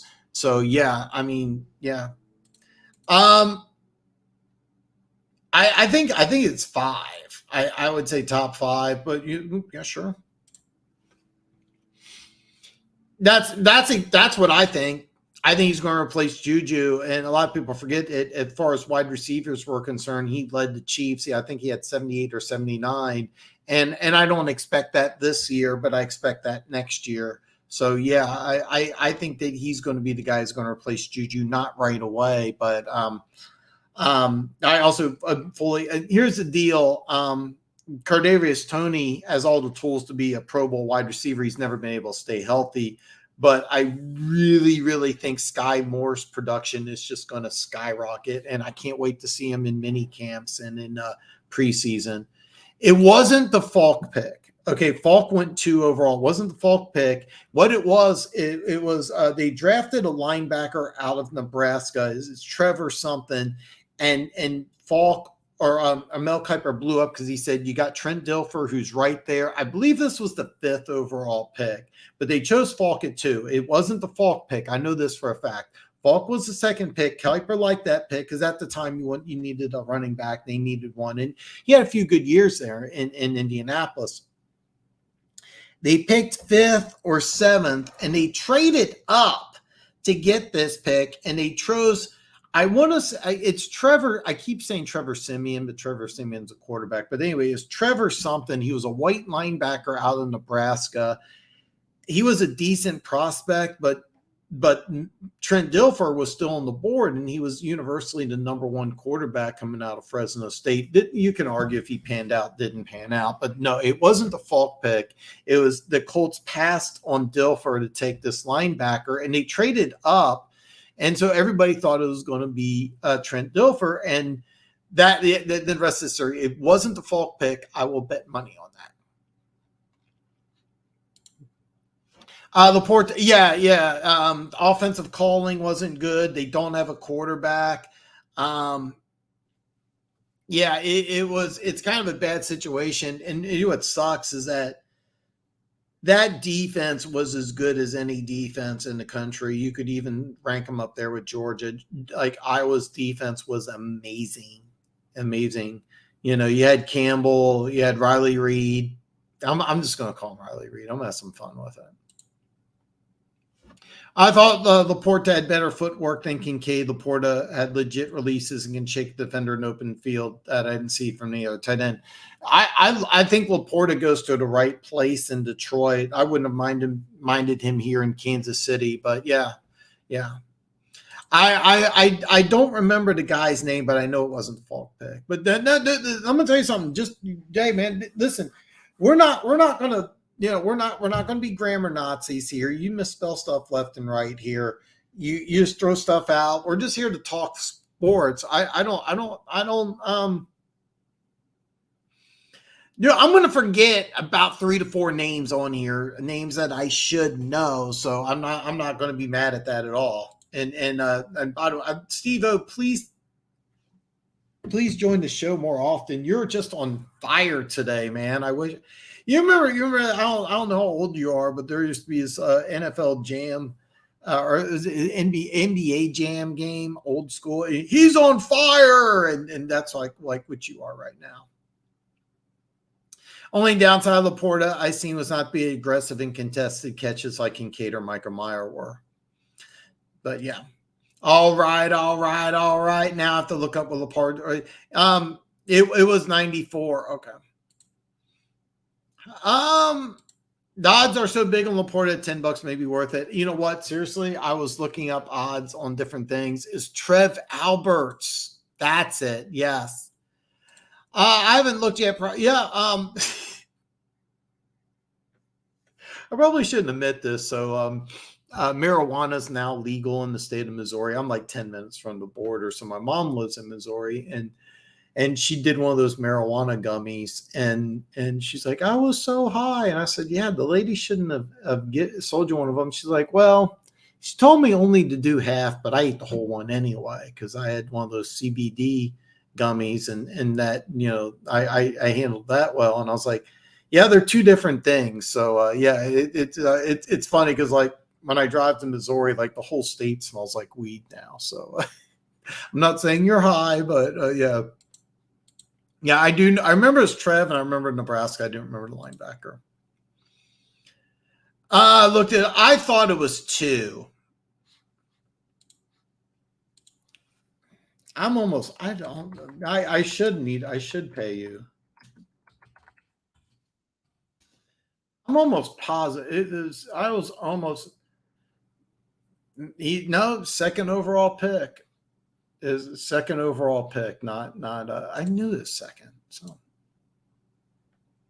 yeah, I also wanted to so I used a clip of Lucas Van Ness blocking a punt, and then I didn't know Brian France was the offensive coordinator. So NFL, oh God, oh yeah, dude, you I know you remember that Funk. He's on fire. Yeah. I've never, I didn't, it's just my mom's this tiny old lady. And, and when she told me she had one, she told me she was just like, she's like, I don't get it. I was like forgetting stuff, and I felt like I was floating and all this other stuff. And I'm like, yeah. And, she shouldn't have given you, and then she goes, well, they, it was half. So Dan Wilkerson, Heath Schuler. Okay, so I remember this now. Schuler was third. Okay, Schuler was third. I know this for a fact. Wilkinson was first. I remember his Big Daddy. And then the next year, the Bengals also had the number 1 pick in the draft. They drafted Kajana Carter, who could never stay healthy. Damn shame. It was Wilkinson, Falk, Schuler. And I think it was, but no, Dilfer wasn't fourth.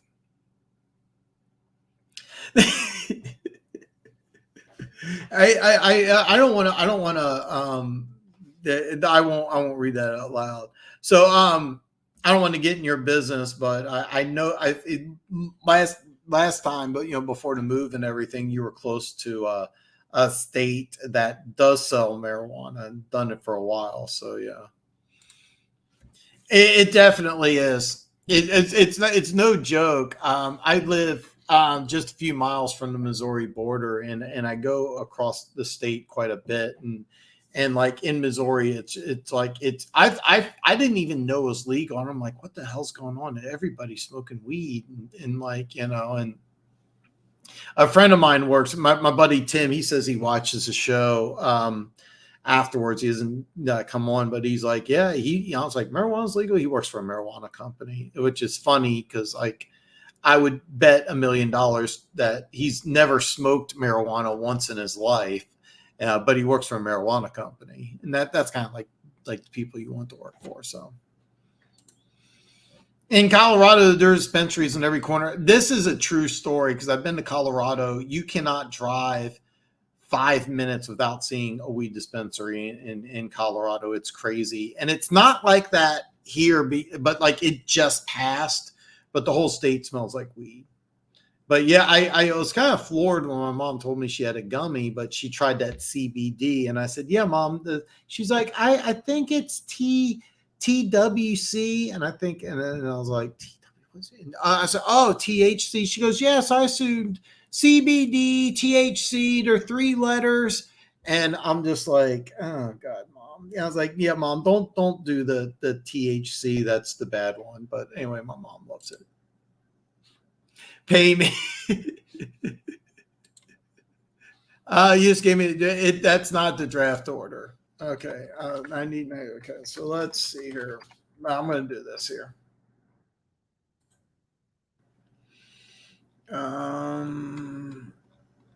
Okay. Here's the order: Dan Wilkinson, Marshall Faulk, Heath Schuler, Willie McGinnis, Trev Alberts, and you were right about Trev Alberts being fifth. And then Tampa Bay drafted Dilfer sixth. And then Bryant Young is seventh. And I always use this. This is one of the best tools that you can use. And that's Pro Football Reference. I use Pro Football Reference a lot. This, and by the way, pick number 12 is interesting. It's Aaron Glenn. So exactly. So my mom thought that they were the same thing. Like she just, you have to understand. My mom is very, very awesome, but yeah, she's like THC CBD was the. No, Falk. Falk is the second. He was the second. Go to Pro Football Reference, and yeah. I have no idea how things are in Michigan, but I'm looking at this '94 draft though. Aaron Glenn 12. There's some good players here. There's some good players here. Johnny Morton to the Lions at 21. Oh God, Greg the Real Deal Hill. For those of you who don't know, Derek Alexander was at Kansas City. So now go to that link here that I have pulled up here, and it has the list. Falk's second. So and then there's some second rounders that went to be Hall of Famers in this draft. Isaac Bruce, Kevin Mawai, Larry Allen chosen in the second round. What a great pick. What a great pick. And I'm just kind of having some fun here looking at old school. See, the neat thing, Pro Football Reference, it has Gus Frott in the seventh round. Boy, it ended up being a real good pick. Jamal Anderson, seventh round. He had a few really, really, really good years. Tom Nalen, bottom of the seventh. And yeah.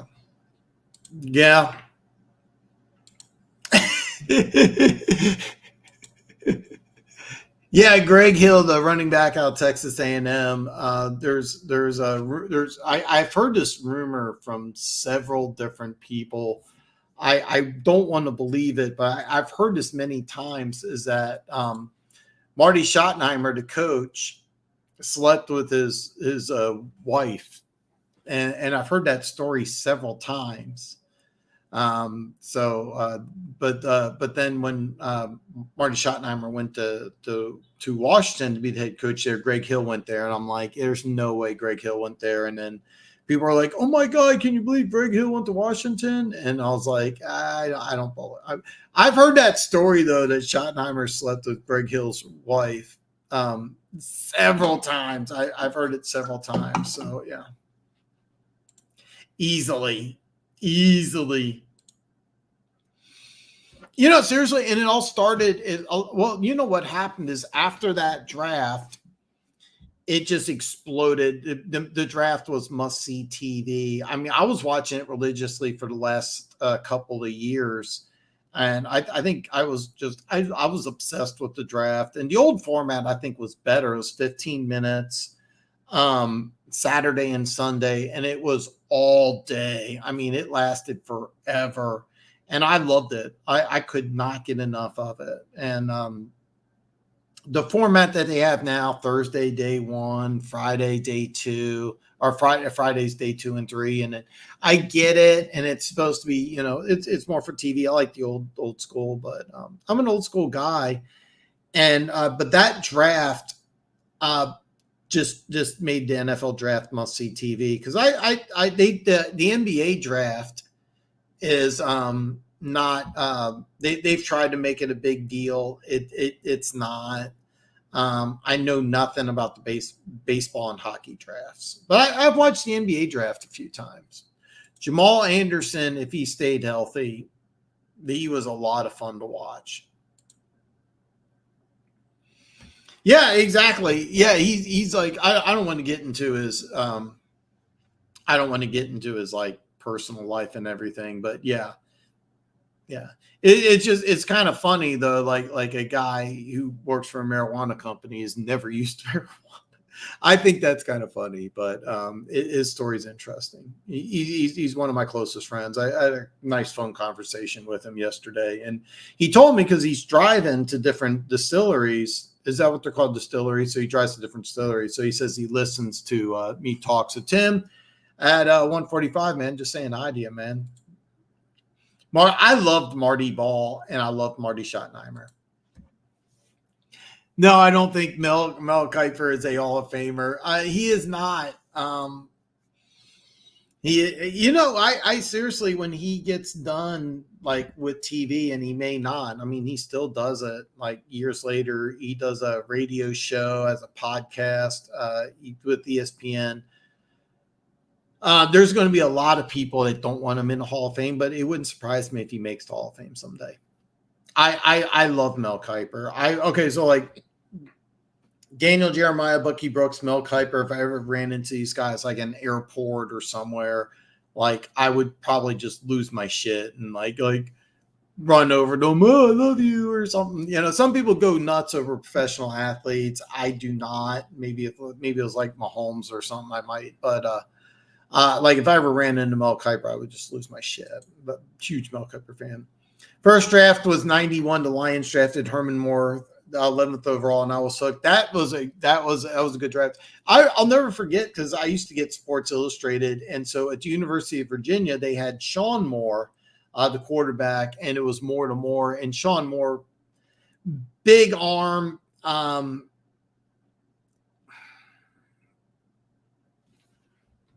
God, I don't want to go too much into detail about that. But anyway, big arm wasn't cut out for the NFL. And so the Moore to Moore combination, Herman Moore also was a ACC high jump champion, 7 foot high jump at 6'4". Underrated wide receiver, really good player. Nah, no, but I wish they would go back into doing it Saturday, Sunday, like all day. Instead of how they do it now. But I'll be honest, it's kind of cool. You get the big event for day one. But yeah, he is not terrible at it. Mel Kiper has encyclopedic knowledge on like 30 to 40,000 players, and I think he's fantastic. So I will not tolerate. No, I mean, Yoki's, you're not alone. Lots of people hate Mel Kiper, but he's amazing. And the NFL draft isn't the NFL draft without Mel Kiper, and he can rattle off like crazy stats about maybe 30 to 40,000 players in his life. It's just crazy. And also, I like his podcast, but I mean, the NFL draft's not the way it is without Mel Kiper. But there's lots of people like you that hate him. But we dispo. Okay, that makes sense. You can't work in the dispensary if you ever had a felony. Very strict background check. I didn't know that, and that's what my buddy does. Is like he's head of security. He has a law enforcement background. Oh, okay. You don't hate him. You just I disagree with. Well, let me rephrase that. When here's the deal as far as projected talent, but when he does like his draft evaluations and everything, I think they're spot on. I'll be honest. I don't pay for the ESPN Plus, so I've been. I now like when I say draft experts, I like Daniel Jeremiah and Bucky Brooks. I listen to their podcast religiously. They're my two go-to guys. It used to be Kiper, but I don't pay for that ESPN Plus. I know it's $5. I don't want to pay it. I'm not a fan of the whole Disney ESPN conglomerate. I'd rather go to the NFL Network, but I love Mel Kiper. And Mel Kiper was just a draft. I mean, dude, he was doing mock drafts and everything in the 80s, and then when it blew, and he is responsible for it blowing up. And then but a lot of it also had to do with the Colts general manager blowing up on him. So You're not the only person that doesn't like that thinks this. I disagree. I think he's the keep in mind Daniel Jeremiah, Bucky Brooks. These guys were NFL scouts. Kuiper's never worked in the NFL, so that's fair. I love Daniel Jeremiah and I love Bucky Brooks, but if it was up to me, Mel Kiper would be in the Hall of Fame. That's me. Yeah, I love Mel Kiper. I seriously I would go cuckoo for Cocoa Puffs. I ran into Mel Kiper. Keys to differences when the GM's wrong. Yeah, no, he doesn't. Gotta love Mel Kiper. Gotta have Mel Kiper in the NFL draft. You just gotta yell at. Well, I do. I'm now really on board with the NFL Network, and they haven't, and I don't know why. Mike Mayock, when he was doing games and the NFL draft, before he became the Raiders GM with Gruden, he was on the NFL Network, and I thought he was amazing. I could not get enough of Mike Mayock, and I was bummed out, not because he was going to the Raiders, but because he was leaving the NFL Network. I wouldn't be able to hear him announce games and be at the draft, and I really thought that he would go back to the NFL Network. Now, keep in mind when he was a former player that turned into a scout that went to the NFL Network, and then he went to Raiders. I'm like, please, Mike. I love Mike Mayock on TV, and I'm like, he's another guy I would go cuckoo for Cocoa Puffs over. But as much as I love Mel Kiper and Todd McShay, because I don't want to pay that $5 for ESPN Plus. I do the NFL Network, and Daniel Jeremiah and Bucky Brooks are amazing. When I had when I had Bufa on, I would send him the links with the latest updates on Daniel Jeremiah and Bucky Brooks, and hopefully he went over them. I mean, I don't know. Everybody loves every time Bufa comes on here, he gets more love than I do. So I think he did a great job. So. I would say Dan Brugler, Emery Hunt are the best guys covering the draft right now. My two go-to guys, and they're going to be my two guys going next year. I always they have a Round the Sticks podcast, and that to me is like required. So, but love both those guys. Depends on the GM. Yeah, so it's under a lot of people don't realize this, but the Bengals owner is a GM, and he's been that way forever.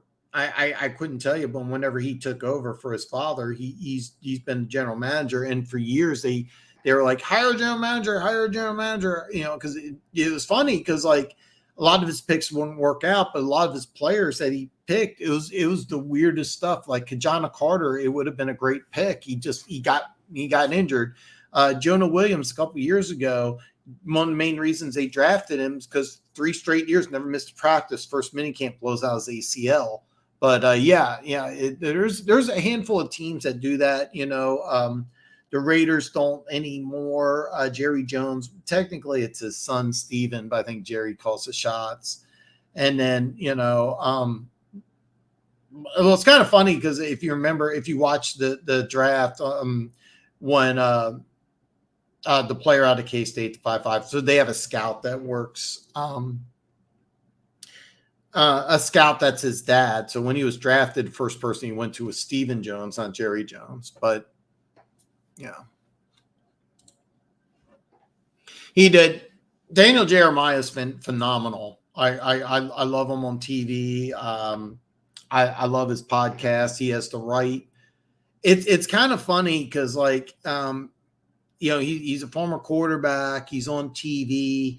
He does the podcast, but the way he comes across is very, very humble. And my favorite parts are when him and Bucky Brooks talk about being scouts, like back in the day, and some of the things that they had to do. It's kind of funny. Like they talked about what your key is you want to go to the best Western bathrooms. It's kind of funny, but like they have humble beginnings, and I think they keep that. even though they're both on TV. There's several. I'm not going to name names here, but there's a lot of people that are on TV, and you could tell they're like, hey, look, we know that you're on TV, and the ego blows up. If I was on TV, my head would not be able to get through a doorway. All right, I got big ego, and I'm on YouTube, but I know, like, if I was on TV as much as Daniel Jeremiah, I would be like, yeah, my shit don't stink. I know this about me. He's not that way at all. I think he'd be a pretty cool guy. Like, you could probably walk up to him, hey man, I'm a big fan of yours, and I might have more of an attitude. Hopefully I don't, but I know me. I got an ego. Those guys don't seem like they do. I think so too. I loved Mike Mayock on TV, and I loved him with the NFL Network. I loved him calling games, and I think he did make some smart picks. So, yeah, absolutely. I want him in the Hall of Fame, but I might be a minority. The NFL Network was amazing back in the day. Nothing was better than Sterling, one of the most underrated wide receivers ever. Sharp breaking. Oh God, him in the suits. Oh, I love Sterling Sharp. Why he stopped being on the show, I have no idea. But Sterling Sharp was amazing. Yes, you're right. Sterling Sharp was amazing. Had the greatest suits of all time. Yeah, he was amazing. And by the way, Sterling Sharp is one of the most underrated wide receivers ever. Just dominant. It was just crazy how good he was. Emory Hunt is the guy who said FAU was his 38th ranked edge rusher in the draft. That guy. So, by the way, FAU is the guy we're talking about. He's the Chiefs' first round draft pick. And is that the guy who said he was the 38th ranked edge rusher? Because I didn't think he was that bad, but I did have like a second round grade. I also think that he's more of an outside linebacker, not a defensive end. He has to put on a few pounds, which you can do in the NFL when you're 250, 255. Coming into the NFL, it's not that hard to go from 255 to 275, which I'd like to see him do. Hopefully he comes in training camp like around 275, and that would be kind of ideal. But one thing, and Keys, I didn't respond to this, but you were talking about Joe Colin. Well, Joe Colin came from Baltimore before he was Jacksonville defensive coordinator. But when he was at Jacksonville and at Baltimore, he was using 3-4 fronts. And I'm kind of wondering, because the three players the Chiefs did draft on the defensive line look to be better suited for a 3-4 defense. I'm kind of wondering if you're going to see more 3-4 schemes, and instead of Spags using his style of defense, maybe we'll have a little more creativity, which I think is a good thing. It is. And I also thought Frank Clark would be better suited as a 3-4 outside linebacker. They played defensive end in Seattle, and he was strong against the run and the pass. I think Frank Clark was underrated with his ability to stuff the run, but I've heard 255, I've heard 275. But when I watch FAU at college, I think that he's not going to be a guy that's going to stand up against the run in the NFL. Frank Clark did an excellent job against the run, but I don't think that's going to be the case with FAU. And I'd like to see him come into training camp heavy, unless the plan is to use him more as an outside linebacker. It'll be interesting. So, Dan, I'm asking about you more three. I know. Okay, here's the deal. Before the draft, no. Spags is the defensive coordinator. He's been doing the same thing. We've won a couple Super Bowls doing this. Why change? And then I look at this draft, and these are the two outside linebackers and the defensive tackle are 3-4 guys. And one thing is that Andy Reid's evolved and changed, and maybe we're seeing the same thing with Spags. And look, if it's not broke, don't fix it. I mean, it's a sound plan. Use a 4-3 defense, and in obvious passing situations, get 4 pass rushers, have a creative blitz package in there, and let's do it. But after this draft, I'm like, God, are they really going to go 3-4? And here's the deal. One of the things the Chiefs did last year that was brilliant was they took that's another thing is Karliftis. Sorry, I had a brain freeze. Karliftis, I thought was an outside linebacker, another 3-4 piece.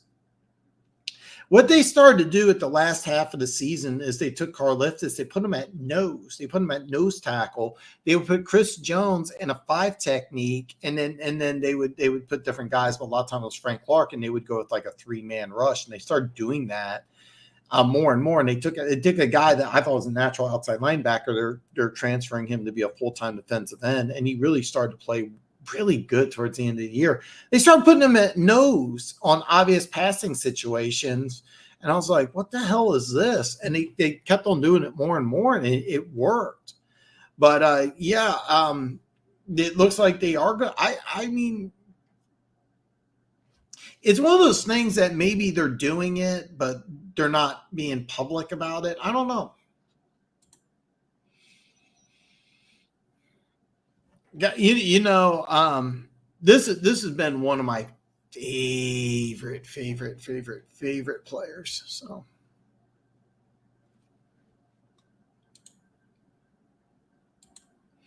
BJ Thompson's been on my radar. I hate the NFL. Welcome, brother. BJ Thompson's been on my radar since the draft. 6'5", 230, runs in the 4.4. I'll take that any day at edge. Yeah. I didn't know much about him, but I mean, this kind of like an outside linebacker. Dunlap was mostly a 4-3 end in the way they used him at Cincinnati. But one thing about Dunlap is that a lot of people thought early in his career he could be a 3-4 outside linebacker. Ingram's a fun guy because I remember when he came out of South Carolina, they used him everywhere. I mean, he played defensive tackle, he played end, he played outside linebacker, he played middle linebacker.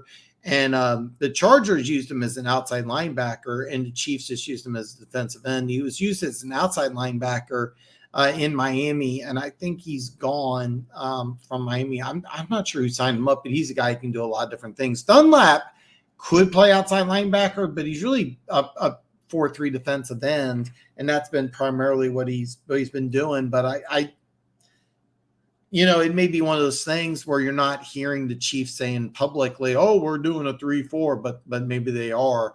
I just know last year they started getting really creative towards the end of the year with Karliftis playing at the nose, and I love that move because what they wanted to do with Chris Jones last year, they put Chris Jones on the outside as defensive end, which I hated, and then they were like, "Okay, this experiment's stupid," so they put him at defensive tackle.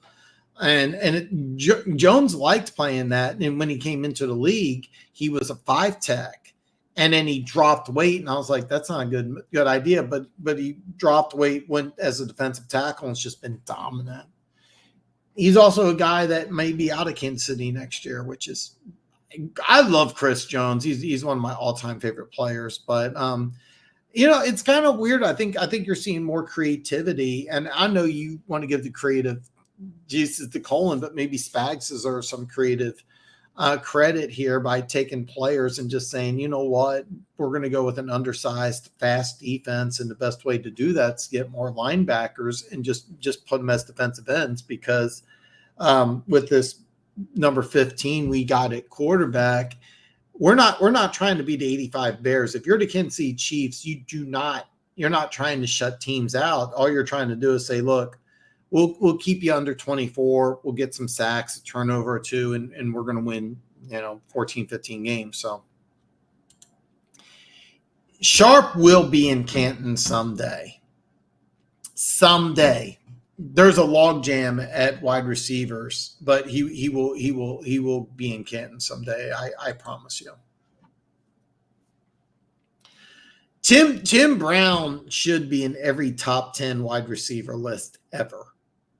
There should not be. If you have some clown, and I just blocked him. He had top 25 running backs of all time, and he put in Tiki Barber, not Rondé Barber, the one who played running back. He put Tiki Barber in there. But anyway, he put Jim Brown at 11, or no, he put Jim Brown at 12, he put Mike Allstott at 11. And I was kind of surprised he answered a lot of the hater comments. I said, Jim Brown at 12 behind Mike Allstott. And he goes, well, he wasn't really a complete player. Instead of rattling off all the things that Jim Brown could do well, it's just like, this list is just beyond stupid. I'm just going to block this guy because he's just going to hurt my brain. But yeah. Sharp, I've heard most lists have Tim Brown. Most top 10 lists I've seen have Tim Brown, but they're at the bottom, and maybe he should be top 5. And I think you said it, and I've heard a few other people say that if you flip Rice and Brown teams and put, Rice on the Raiders and Brown on the 49ers, you're probably getting Tim Brown as the number 1 receiver of all time and Rice, top 10. And that might be fair. Tim Brown's as good as any wide receiver who's ever played. As good as any wide receiver who's ever played. I can go seriously. I'm over 2 hours. I was actually going to try to make this show really short, but we're over 2 hours, and I'll probably just wrap up here. But I can seriously go on forever about how good Tim Brown is. I really could. I could probably talk for another 30 minutes straight just on how good Tim Brown is. I love Tim Brown. I got Jeffy. This is awesome, dude. Yeah, Sterling Sharp. So he had it was 3 or 4 years. 2 of them he had 110 or 120 receptions back when receivers weren't having 100 receptions in a season. He led the NFL, and then 1 year he didn't. He had 18 touchdowns, and I think second place was 11 or something like that. But the year he had 18 touchdowns was as good as any. And I think that year was like 78 catches, or it was 80 catches, 950 yards, but he had 18 touchdowns. And a lot of them were that even when he was covered, you could just throw him the ball. And God, Sterling Sharp was so good. I mean, I remember the season he had 112, it was 122 receptions, and he broke, I believe Art Monk had 106, and that record lasted forever. And I think Sharp broke it at 122. And it was just crazy because teams tried to double team him. They tried to press him. They had decent receivers on the other side, but it wasn't like they had John Taylor or some stud on the other side. They just had a guy, and it was just crazy. You could double team him, you could bracket him. It was just nuts. But that 122 season, it was just crazy because they're going to throw to him. Teams are going to try to stop him. This is the number 1 guy, and they couldn't do it. It was just nuts, man. He was. I've seen enough that they didn't have him. Yeah, I say that about Tim Brown and Jerry all the time. Poor Tim didn't get a quarter. Yeah, it's such a shame because Tim Brown. I'm gonna say this. So Tim Brown won Rookie of the Year. He was punt returner, kick returner. He won fastest man competition. That used to be a big deal. He actually beat Darrell Green. He ran a 4.27. He was one of the fastest people in the NFL. Next year, number 2, first game. I believe it was on, I don't know if it was punt or kick return. I'm going to say kickoff return, special teams, and tore his ACL. Now, back in the late 80s, the surgeries were completely different. So he goes from 4.27 to 4.47. Now, at the time, the Raiders were just getting anybody who had a gold medal for the track and field. They were adding them. Those Mervyn Hernandez, Willie Gault, Ron Brown, I believe. All the guys. There was a world record 4x100 team that won the Olympics in '84. All those guys. 3 out of 4 of those guys. I think Carlos is the only one who didn't play NFL. All those guys are Raiders. So Tim Brown went from winning fastest man in the NFL, he beat Darrell Green, to being the slowest receiver on the Raiders team. And so he could. So I'm going to tell you something. You go from being fastest guy in the NFL, You're the fastest guy in the NFL. You beat Darrell Green. They used to actually run the 60, not the 40. But anyway, fastest guy in the NFL, the slowest wide receiver on your team. That's what happened with Tim Brown. I don't know that I would have been able to handle it. You know what Tim Brown did? Became a top 5 receiver of all time. You would either just dominate. He learned how to run routes. He worked out like a madman. Look, by the way, look up Tim Brown. Like, go on Instagram, look at him. He looks like he could play right now. He's like 54 or whatever. He looks like he could play right now. He just lifted weights. Route running went from sloppy, just relying on speed, to just being a precise super route runner. It was just miraculous what he did. And by the way, in today's game, he would have recovered. He would have world-class speed. Imagine Tyreek Hill, 4 inches taller and an extra 15 pounds. That's what Tim Brown was. That's what Tim Brown was. And then he loses his speed and just becomes just dominant. And it's just amazing. He went from about 4.27. That's what I heard. But he was like a 4.2 guy. This is not an exaggeration. Tim Brown would clock under 4.3. He could do that back in 1980 something. And then he went to being like a guy couldn't crack 4.4 and just dominated. That's phenomenal. I'm not insulting Tyreek Hill, but let's say he goes from a 4.25 guy to a 4.45 guy. Is he one of the top 5 receivers in the NFL? Probably not. But Tim Brown was. Belichick used 3-4-4-3 depending on the opponent when we were looking to do something similar. Well, one thing Belichick's done is that he lived on the 3-4 defense for years, and then over the last decade or so, he scrapped that and was using a quote unquote 4-3. But one thing Belichick's starting to do, and they're doing it more and more in New England, is they're having, I'm calling it amoeba, but it's probably, they argue this all the time. But basically, Belichick's switching to like positionless football, where you're having safeties and linebackers be semi-interchangeable. You have linebackers and edge rushers also being the same way. Like, they drafted a guy, Josh Uche. Most people had a 3rd or 4th round grade. Patriots got him in the 2nd round, but I liked it because he had a good size speed combination. And Michigan at the time, their old defensive coordinator, not their new one, if you played on the front 7, you played every single position. So Josh Uche, middle linebacker, nose tackle, like, they got very creative with him. And he was injured, but he really picked it up last year. The main guy that they got from Baltimore, God, I can't think of his name either.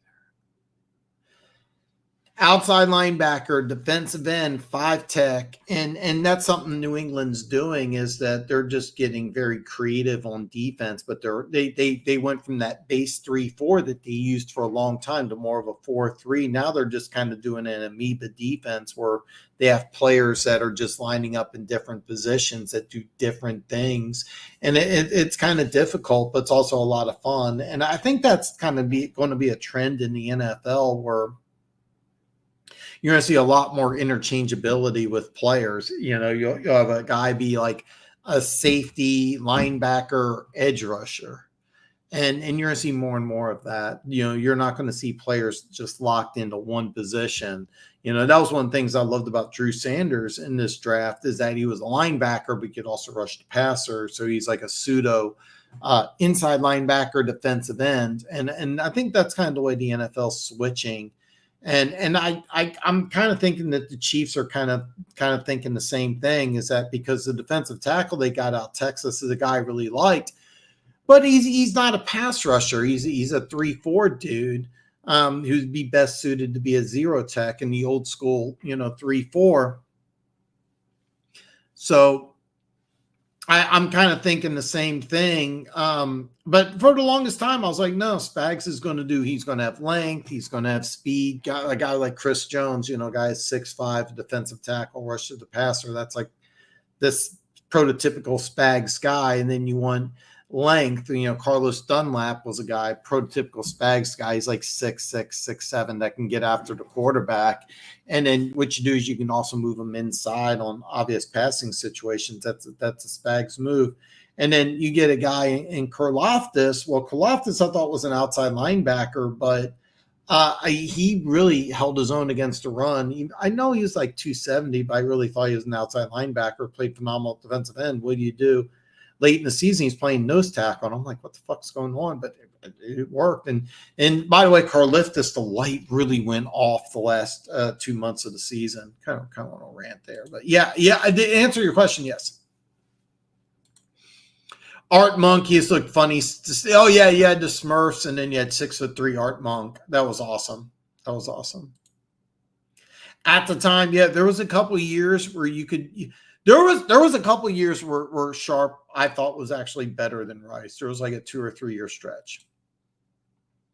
They had Robert Brooks. They had a few others. So he did. There was reports that when Bo Jackson ran the 40 for practice, he clocked at 4.16. Always on. I've heard all sorts of crazy stories about Bo Jackson. I've heard the under 4.2. I've heard under 4.2. I don't believe it. I remember seeing once like an official draft that he was clocked 4.29, and 4.29 is world class speed. And I think that Bo, that would be true. I say Moss. I really think Moss is the second. And the thing with Moss is that motivated Randy Moss is the best wide receiver I've ever seen in my life. If you pissed Randy Moss off, he did things. I'll never forget that Thanksgiving game against Dallas. I was over this girl I used to date. She had her grandmother who didn't know the difference between a football and a hockey puck. And that third touchdown where Randy Moss was running down the sideline like he wasn't even touched. I remember her looking at that and going, "Did you see that?" It was what he was doing was so amazing that even if you didn't know anything about football, you're like, "Oh my God." But yeah, motivated Randy Moss is the best wide receiver I've ever seen. I have him as number 2 of all time. I put T.O. below a lot of other receivers when I talk about greatest all time. I'll take Tim Brown over T.O. easily. I wouldn't even think about that.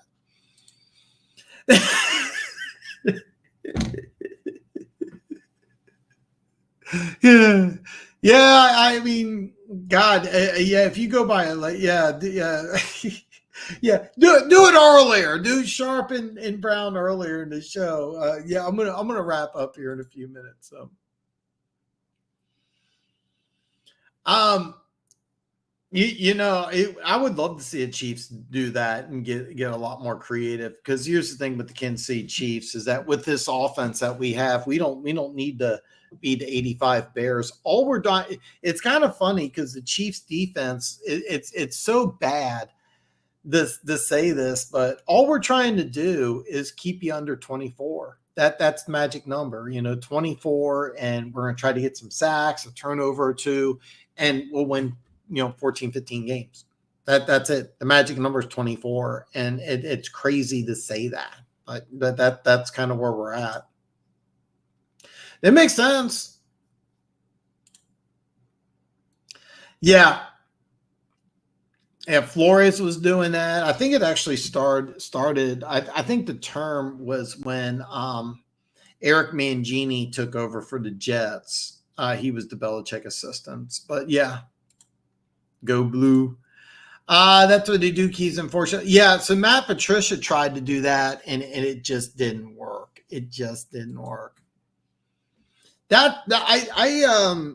So Spags traditionally didn't do that. The only thing he did that was really unusual was that on obvious passing situations, he would try to put in 4 defensive ends. And that was one of the things he liked to do in New York was he wanted big, long, fast defensive ends. And then we weren't really doing that. Now, FAU has a little bit of length to them, but I mean, I really thought he'd be better suited for a 3-4, but yeah. I don't know. I really don't. I'll be honest with you. We have a hole at free safety. I'm kind of like, what are we doing here? And I'm kind of wondering what we're going to do.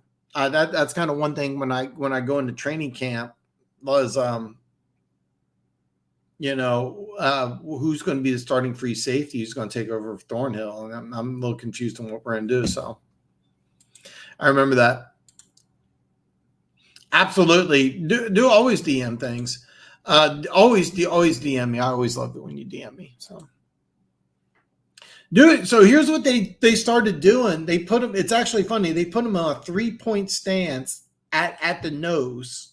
It's really weird. They started doing this like in December, and it was just weird. It was just weird. Yeah, I had the idea. Oh, it's cool. Here's the thing. Isaiah Simmons went to high school just 10 minutes from here. So I love when it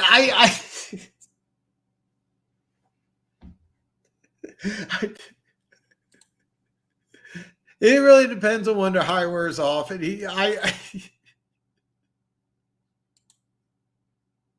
don't get me started on Bo Jackson. It was a real heartbreaking moment in football history. I was so hurt. Okay. Yeah. All right. So I'm wrapping. I'm wrapping up now. So I did mean to keep this short because next week I want to go into the NFL schedule. I may do a special Chiefs schedule release, and yeah. Frank Clark cleaned up with Chris Jones and Carl. He kind of did, and I think Karlaftis could have a huge year this year, and I love how they got creative with him. And I was kind of hoping we would bring back Frank Clark or Chris Dunlap, but I think that what we're going to do is just go with younger, cheaper options, and we may have to. I mean, that Mahomes contract is. To be honest with you, I saw something more like he's next year he's going to be like the 7th highest paid quarterback or something like that, or with the Lamar Jackson contract. But we still have some issues salary cap wise. So I think defensive line, we may not be able to keep Chris Jones. So we'll have Karlaftis and some young guys, and yeah. By the way, yeah, I didn't be the, and by the way, he almost did. It was 10.5. I didn't think this at all. I didn't think this at all because I thought he would be more of a project, but I thought here's the deal with Karlaftis. This year's the year that I think he could be dominant. And like going into last year, I was like, okay, well, Frank Clark, he's going to replace Frank Clark. So he is. And I like, by the way, I love BJ Kissel. By the way, I love BJ Kissel, but if you want to know, if you want to talk Kool-Aid snorters, yeah, BJ Kissel's the top. But yeah. And there's a lot of Kool-Aid sniffers right now. Jason, man, peace out. You know what? I'm going to end it on that note. I said I was going to keep it short. 2.5 hours later, I'm still talking. But next week's going to be the NFL release show. I didn't get out a thumbnail or set up the live stream until earlier today, but I'm going to do that. I'm going to go ahead and set that up sooner. Because basically I want to talk about NFL schedule. So whoever wants to talk about your team, I'm talking to you Lions fans, we'll talk about your schedule, go into detail. I'm going to go over a lot of primetime games. I may have a Chiefs schedule release come out. And the more and more I start thinking about it, I think I'll save that video for next week or maybe 2 weeks down the line about the picks, the 3 picks that I want to talk about over-unders for the year, because there's 3 teams I really, really like. Steve O, hey man, thanks, brother. And man, you were just on fire today. So yeah. And Funk, thank you so much, man. Yes, please remember to hit the like button. And with that note, I'm out. Guys, have a great weekend. I'll see y'all back next week.